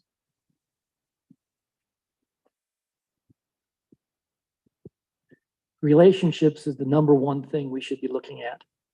We need to have relationships with the county. We need to have relationships with the business owners. We need to have relationships with the residents. As I've been out knocking on doors, one of the consistent thing that has been said, the number one thing, is that the council does not listen to me, us, the residents. As a result, that is why they don't come to hearings, because this is what they're telling me, that the council has already made up their mind with what they're going to do. And as a result, it really doesn't matter coming out and talking, other than the fact it makes the council, as they put it, feel better because they can hear. What we need to do is we need to have meetings together. You need to go and talk to us and tell us, this is what we need. This is what I need. My house has got this problem. My business has that problem. Please help us. And we need to get thinking outside of the box. And we need to be working with you to get these things taken care of. That's the way this community can come together and grow. As they were talking about building houses, that's an exciting thing to do. Can you imagine going and getting together and building a house for some individuals? That's wonderful, okay? But the only way that happens is if we build relationships. And that's, I think, one of the things that the council has got to be involved in doing, building these relationships. Thank you.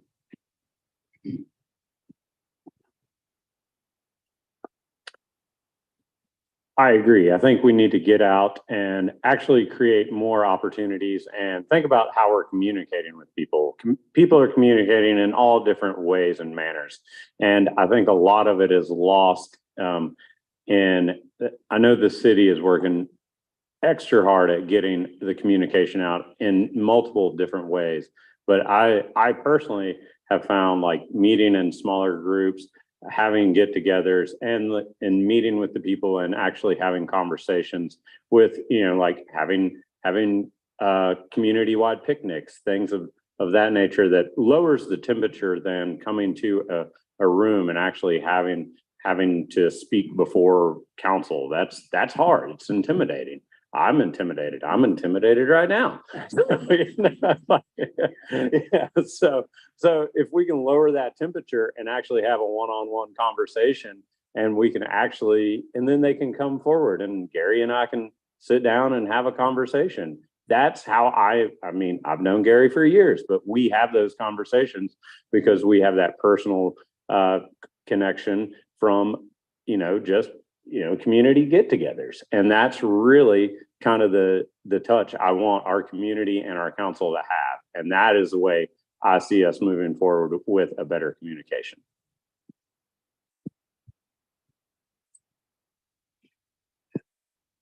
So the reason I think it's fair to say the reason we're all sitting up here is because we are interested in serving you. And so we have to be able to hear your voice. And I agree completely. It is really hard to get up and speak to the city council publicly. And there are many different tools you can do to reach us. I mean, you can talk to us. We're just like you. I do want to say, however, with all that being said, the process that the city or any government goes through is a transparent process. And we saw this during the social districting work, where we had public input, we heard the public input, in a public hearing, and then even more public comment on the vote. And one member even changed their vote based upon that comment. So I think it does make a huge difference to hear the voice of the people. The process may not always go the way you particularly want it, but the process does work.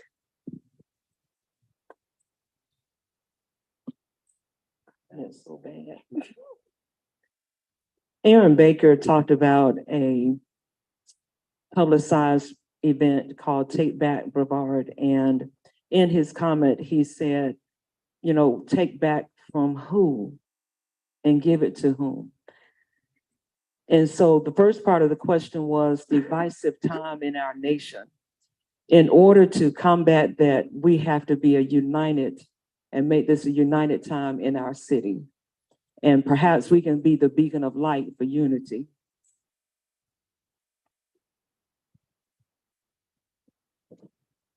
I would just like to say that as someone who serves on city council, that the people that I work with on that council are some of the most compassionate and thoughtful people that I've worked with.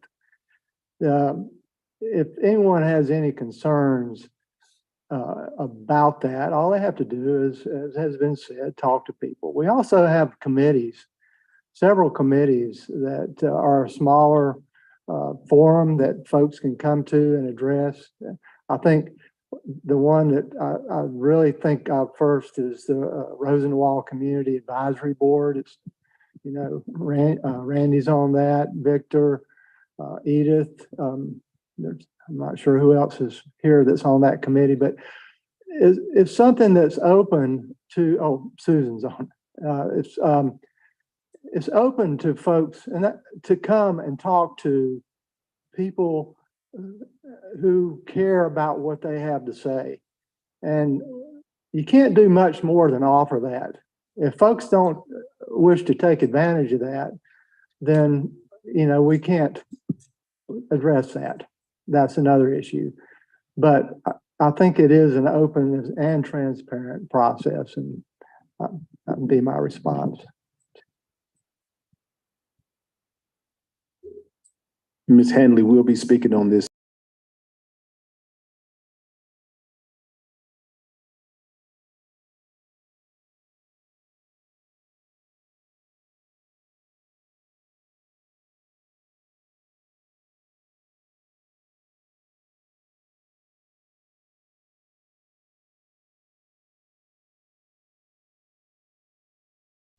Testing. Can you hear me? Fantastic. I agree with what everyone else has said. Something else that I would love for City Council to try, should I get elected, is getting more asynchronous feedback, whether that's in the form of just encouraging emails. But one of the things that I built as a GIS software developer was a transportation application where residents could go in and mark on a map of their city where they didn't feel safe crossing the street, where they wanted new bike lanes, where they wanted bus stops. It was a really fantastic public feedback tool for over 200 cities in California. More platforms like that would offer more methods of feedback, just so that people feel like they're heard. Also getting the committee meetings, yes, they're open to the public, making sure that those are all available on Zoom, and also encouraging people of all ages to get involved in those. I'm very lucky that I work remotely, and I can, as long as my team knows, I can walk over to City Hall and join those meetings. But if you work in person or you work in Asheville, you can't go to a 3:30 meeting in the middle of the day. So getting those on Zoom, having more methods of asynchronous feedback, I think would be another way to help encourage unity. Thank you.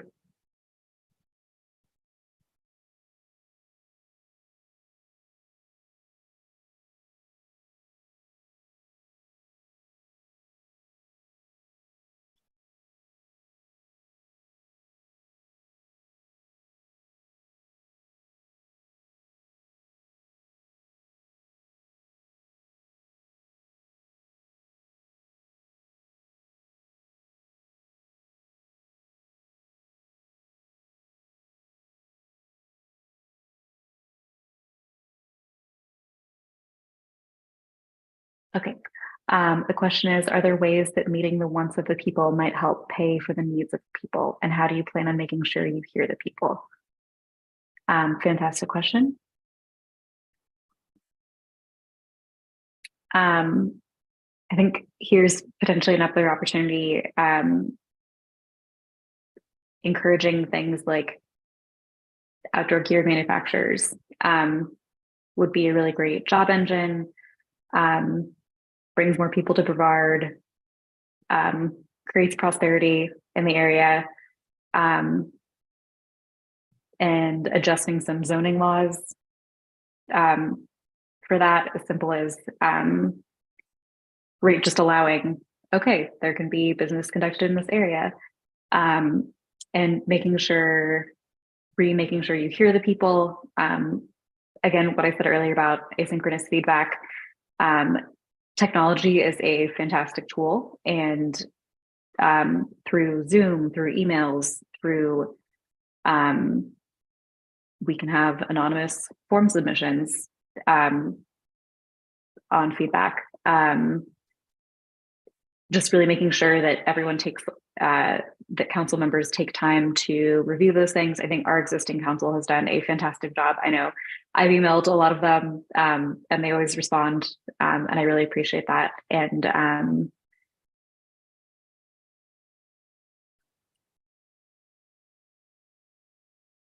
think that's all I have at the moment. So thank you, and I will let it switch over to someone else.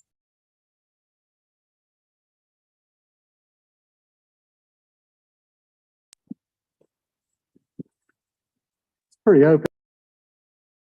But I'll nail down on one thing in particular, which I think exemplifies what my answer would be, and that is the acoustic trail and our trail system. that trail and our involvement in it has grown out of citizen input. And we've had for years, citizen input sessions that the city has held, talking to the citizens and the people of our town. And trail systems has been one of the higher priorities that they've requested. This is definitely a situation where this economic engine of the acoustic trail is definitely going to be bringing money in to our community that will be paying for not only some of the services needed by the trail, but a lot of other things as well. And if you are concerned about what's the proof of this, all you have to do is look at Travelers Rest. Go check out their municipal complex one day if you're down that way. This is a proven economic driver, and this is the one thing, the example that I think of when you ask that question.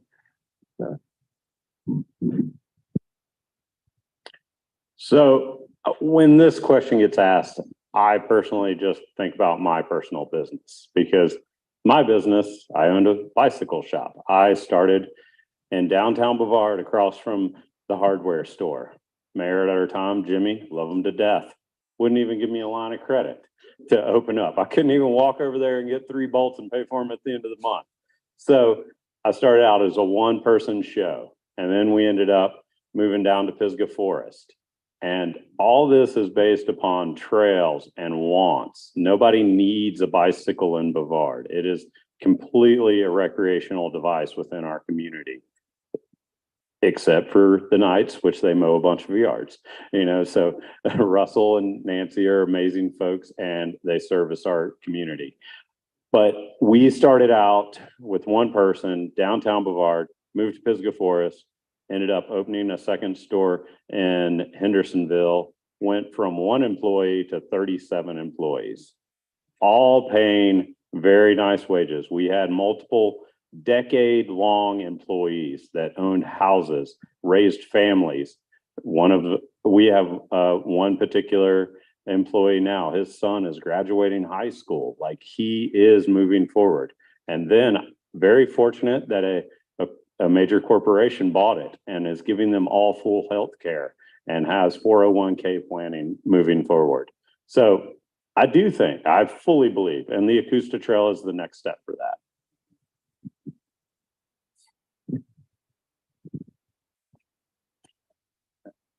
It's really hard for me to parse out the difference between wants and needs.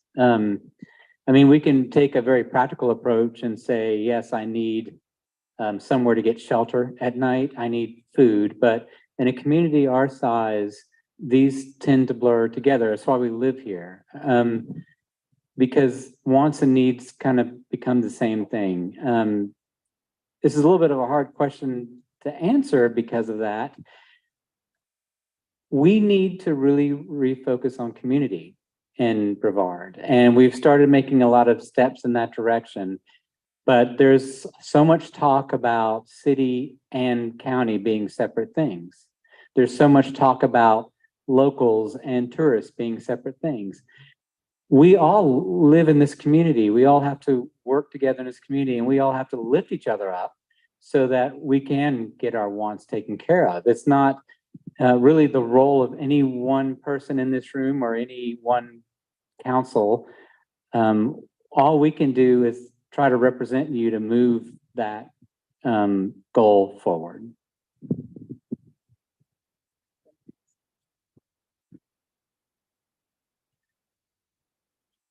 Wants and needs.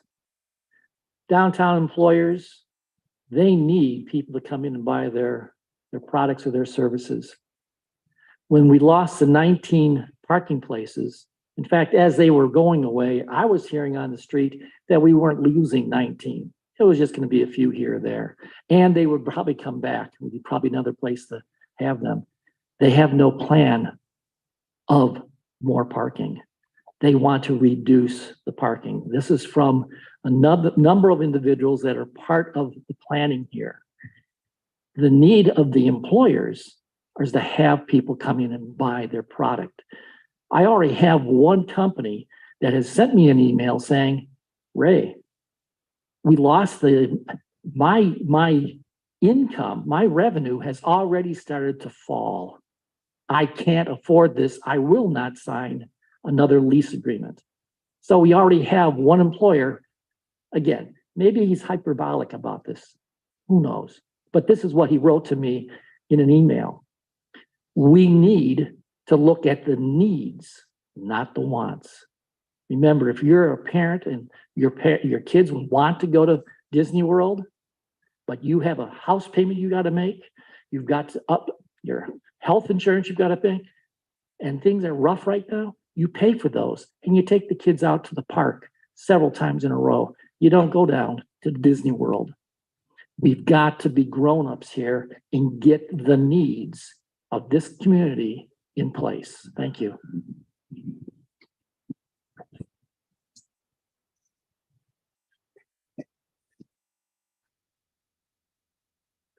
Okay.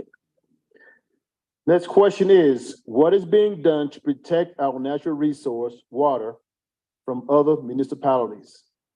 If we have the capacity to produce more water, why are we paying these high utility bills?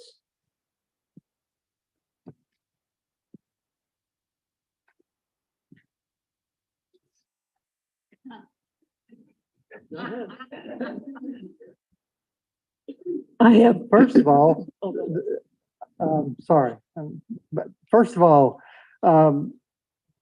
protecting our water supply, that is something I've been concerned about personally for quite some time. I really haven't begun to address that because part of the issue, well, I did address it with our former city manager, and part of the issue comes down to property rights again. To protect a watershed, you have to, I'm not sure of the correct term, but we would have to control the property that's around that water supply. The way my biggest fear is that Atlanta is going to, or Asheville is going to start taking our water, and they can do it right now legally. They might have to truck it, they may have to, whatever, however they can do it, but our water is not protected in that way. So that is a concern. What was the second part of the question, please? What? If we have the capacity to produce more water, why are we paying these high utility bills? Yes, thank you. So when the city, well, right before I came on to city council, decisions were made to upgrade our waste treatment plant rather than replace it. To do that, we borrowed money directly. Rather than what we're talking about to having to borrow money from or get grants, get grants. We're now having to pay for that. It was graduated repayments plan to pay for that expense, and now that's what we're doing. We're paying for what we've got.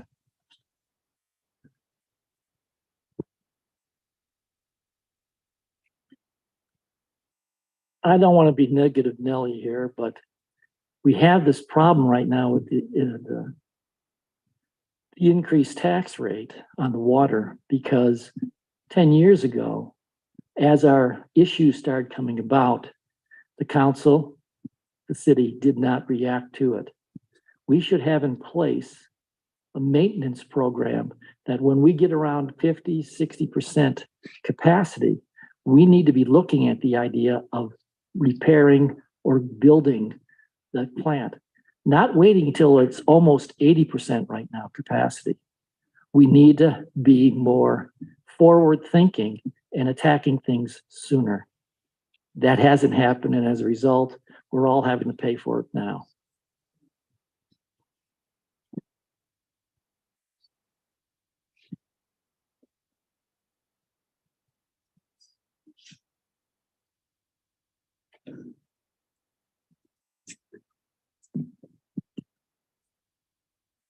Okay.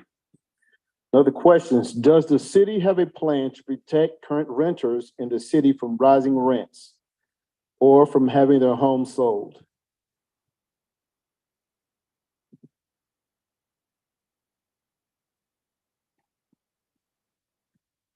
My first answer to that would be that if a person owns their home and they rent it as an individual homeowner, they have the right to raise rent, unfortunately. And there's really nothing that the city can do about that.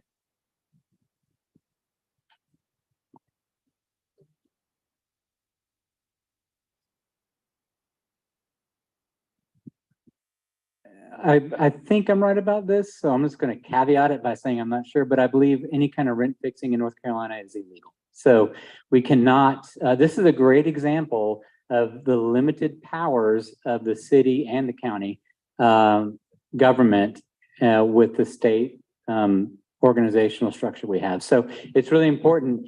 We're as frustrated about that as anyone, but we have very limited power. And this extends to the short-term rental ordinance we just passed, which is a great ordinance, but we can only take a little bit of step because of what the state dictates. So that is certainly on the city's mind. However, we have very limited tools, and I think it's important that that's why you have to contact your state representatives and really talk to them about, like, why can't we have these tools? We can't do anything about property taxes in the city or county. We can determine the rate, but we can't determine if a second home has a higher property tax, like they do in South Carolina, for example. So again, remember that unfortunately we have somewhat limited ability to do everything we might want to do. The way it was explained to me was that there is what is called home rule. That's what you normally see on a TV show where all of a sudden the city comes along and they have all these great ideas. They put everything in place. It makes a whole lot of sense. And they're, yes, why don't we do that? That's called home rule. That is not the way North Carolina is set up. They're underneath Dillon rule. And basically what that is that the state did not give the municipality the specific right to work in a particular area, they can't do it. They've got to get permission from the state first. And at this point in time, the only way you can have rent control is if you own the property and you put the rent control in place for those people. And as I was mentioning about the individual I was talking about that has a lot of money and the philanthropists, these people are seriously considering the idea of building homes where there will be a freeze as far as rent is concerned, but they will own those buildings until they actually are paid off. And they can actually freeze it because it's their property. And they are willing to do things like this. Outside of that, I don't know of any other type of rent control that legally can be done. Sorry.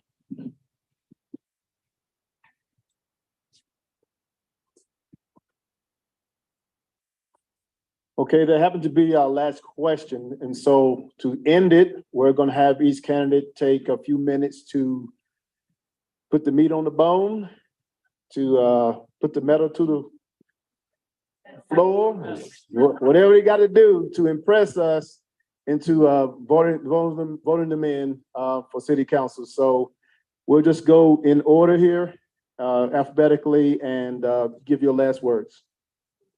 They have a 2-minute limit. Last words ever. Okay. You need to be served by the city, not the other way around. I want to work for you, not you work for me. I want to help us have a community that works because we're looking out for each other, because we're looking at our neighbor and making sure that what we want not only benefits you, but also them. We've got to change our mentality to where it's just about me. It's got to be about us. And I'd like to help in that. I say that God has created us with 2 ears, 1 mouth. I want to hear what you want, and I want to pursue getting that for you, while at the same time protecting your neighbors as well, as a community drawn together. Thank you.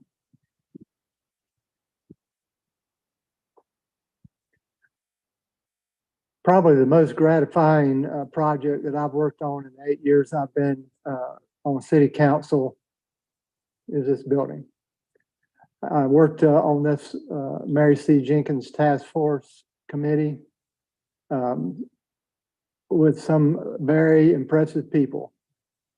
The Mary C. Jenkins Board, the city manager, the unsung hero, the city attorney, to create and bring this building to fruition from the vision that was brought to us by that committee. I now serve on the Rosenwall Advisory Committee, and which grew out of that. And in that process of building this building, I think the city has begun to build a relationship that did not exist before with the Rosenwall community. And I would like to be a part of continuing that and to build on that. I'm also on the Housing Committee, and I'm also on Downtown Master Plan Committee. There is work that is finally being done after many years of work by staff and by council. And I want to be elected again so that I can continue to work to bring all of these projects to fruition. I'm not looking for new projects. I'm looking to complete what we've begun. And that's what I would be wanting to bring. And that's why I'm asking you to vote for me when you go to the polls this year. Thank you. First off, thank y'all for sitting here and listening to all us yammer about. Really appreciate you coming out and giving us tough questions. I personally, Wes Dixon, I am looking to make Brevard the community that I know it is. I mean, we are one community, and I want to see us get together and figure out these tough problems that we have before us. Growing up here, we went through a lot of tough issues, and we figured them out as a community because we had to pull together and weather some storms that were pretty tough at the time financially, and then also with the change of our environment here and rolling into changing our focus from being a major having 2-3 major players walk away, and then we move into a tourism destination, and then tourism turns into destination, which then you end up with manufacturing showing up to be here, and we're still attracting them. So Oscar Blues, they chose us because of where we're at and what we have available. So I mean, we can continue those types of moves forward, and listening to all our community and walking forward with everybody is really what I'm personally trying to bring to the table for everybody. Thank you so much.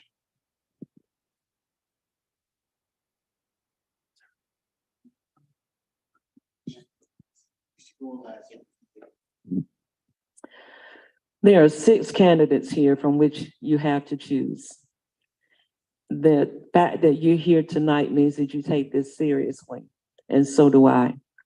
I'm here because I've met so many wonderful people in this community.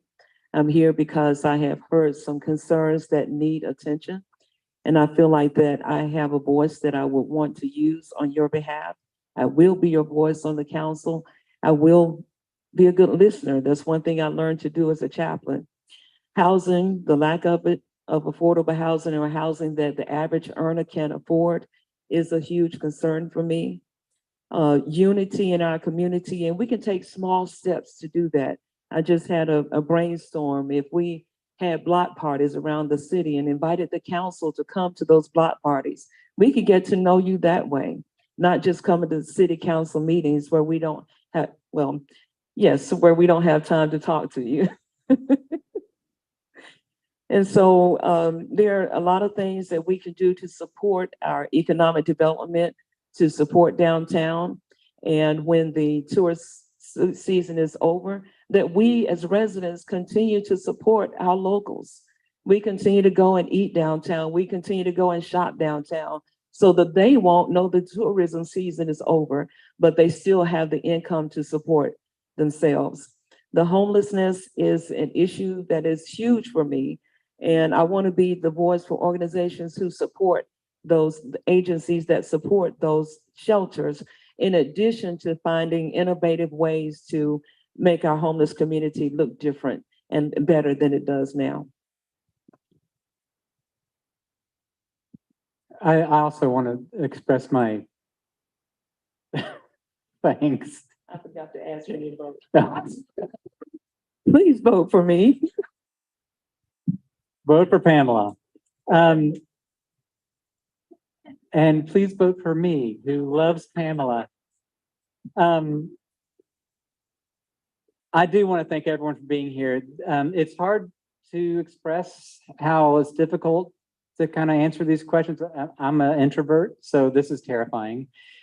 But your energy, your support, your faces make all the difference, knowing that people are engaged, because ultimately the city council staff, our mayor, we are nothing more than your voice. And so we have to be able to hear and understand what you want, what you need in our community. So think of us as that. Think of us as a tool for you. And that's what we want to do.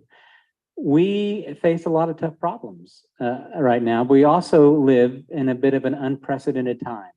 We have a very, very proactive city government now after one could argue a number of years where we didn't. This is a time to take action, especially with the amount of grants that are available and how excited our staff is to get those grants.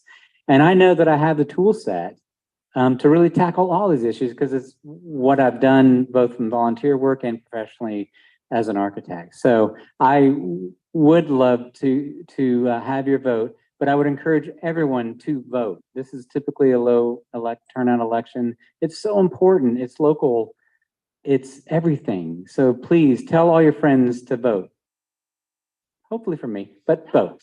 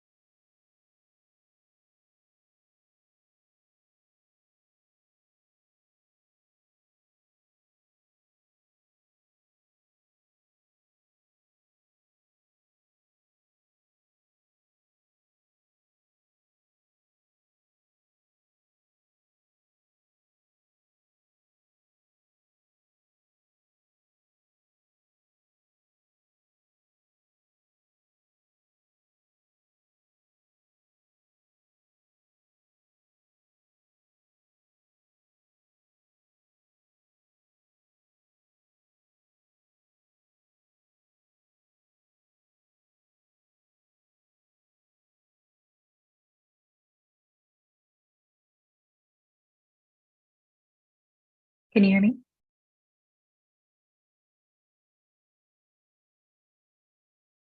Fantastic.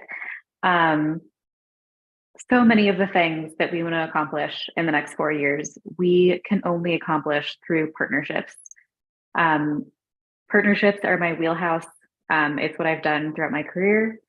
And I would love to serve you, and with my expertise of public-private partnerships and transportation and technology, and bring all of these things to accomplish what we need to accomplish getting financing for the wastewater treatment facility, to support affordable housing initiatives. And as a cyclist and trail runner in the community, I am absolutely thrilled that we have financing for the Akusta Trail for Bracken. This is an incredibly exciting time to be in Brevard. Absolutely, there are things there's critical infrastructure that we need to put into place, but but these are all very exciting things. And we have a fantastic team at the city who has done an amazing job applying to grants and securing funding and being really creative with funding. And I want to help. I want to bring my professional expertise to that. Like everyone else said, vote. That's the most important thing you can do. Talk about being heard. Voting is another way of making yourself heard. So get out, vote for me, vote for others here. Thank you very much. And thank you so much. Thank you especially to the tech team so much for switching me on and off. Truly appreciate it. Thank you to everyone for coming out tonight. Shows you care.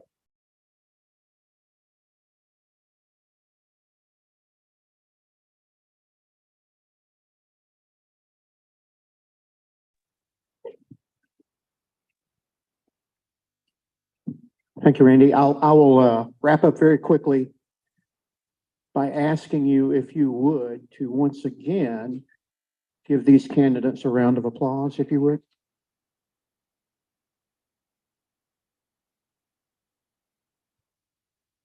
Because what they just did is very hard to do. It's not easy to do. And I think they did it wonderfully. And the city of Brevard is very fortunate to have quality candidates for the city council. Before we go, I do want to recognize that there are two elected officials here in the audience. Mayor Kopelov is here.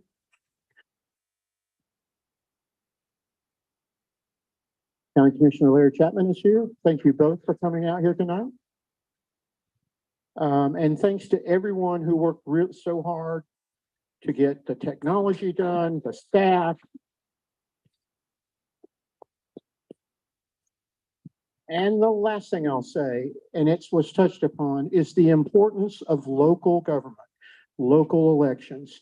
I don't have to say that to any of you because you're in the room here tonight and you understand it. But please encourage your friends and your neighbors and your family to vote in this election. It's important. These people do things on a daily basis that impact your lives. And it's such an important thing. So thank you for coming tonight. Thank you for spending your Saturday night here, and go out and have a great rest of the Saturday night. Thank you so much.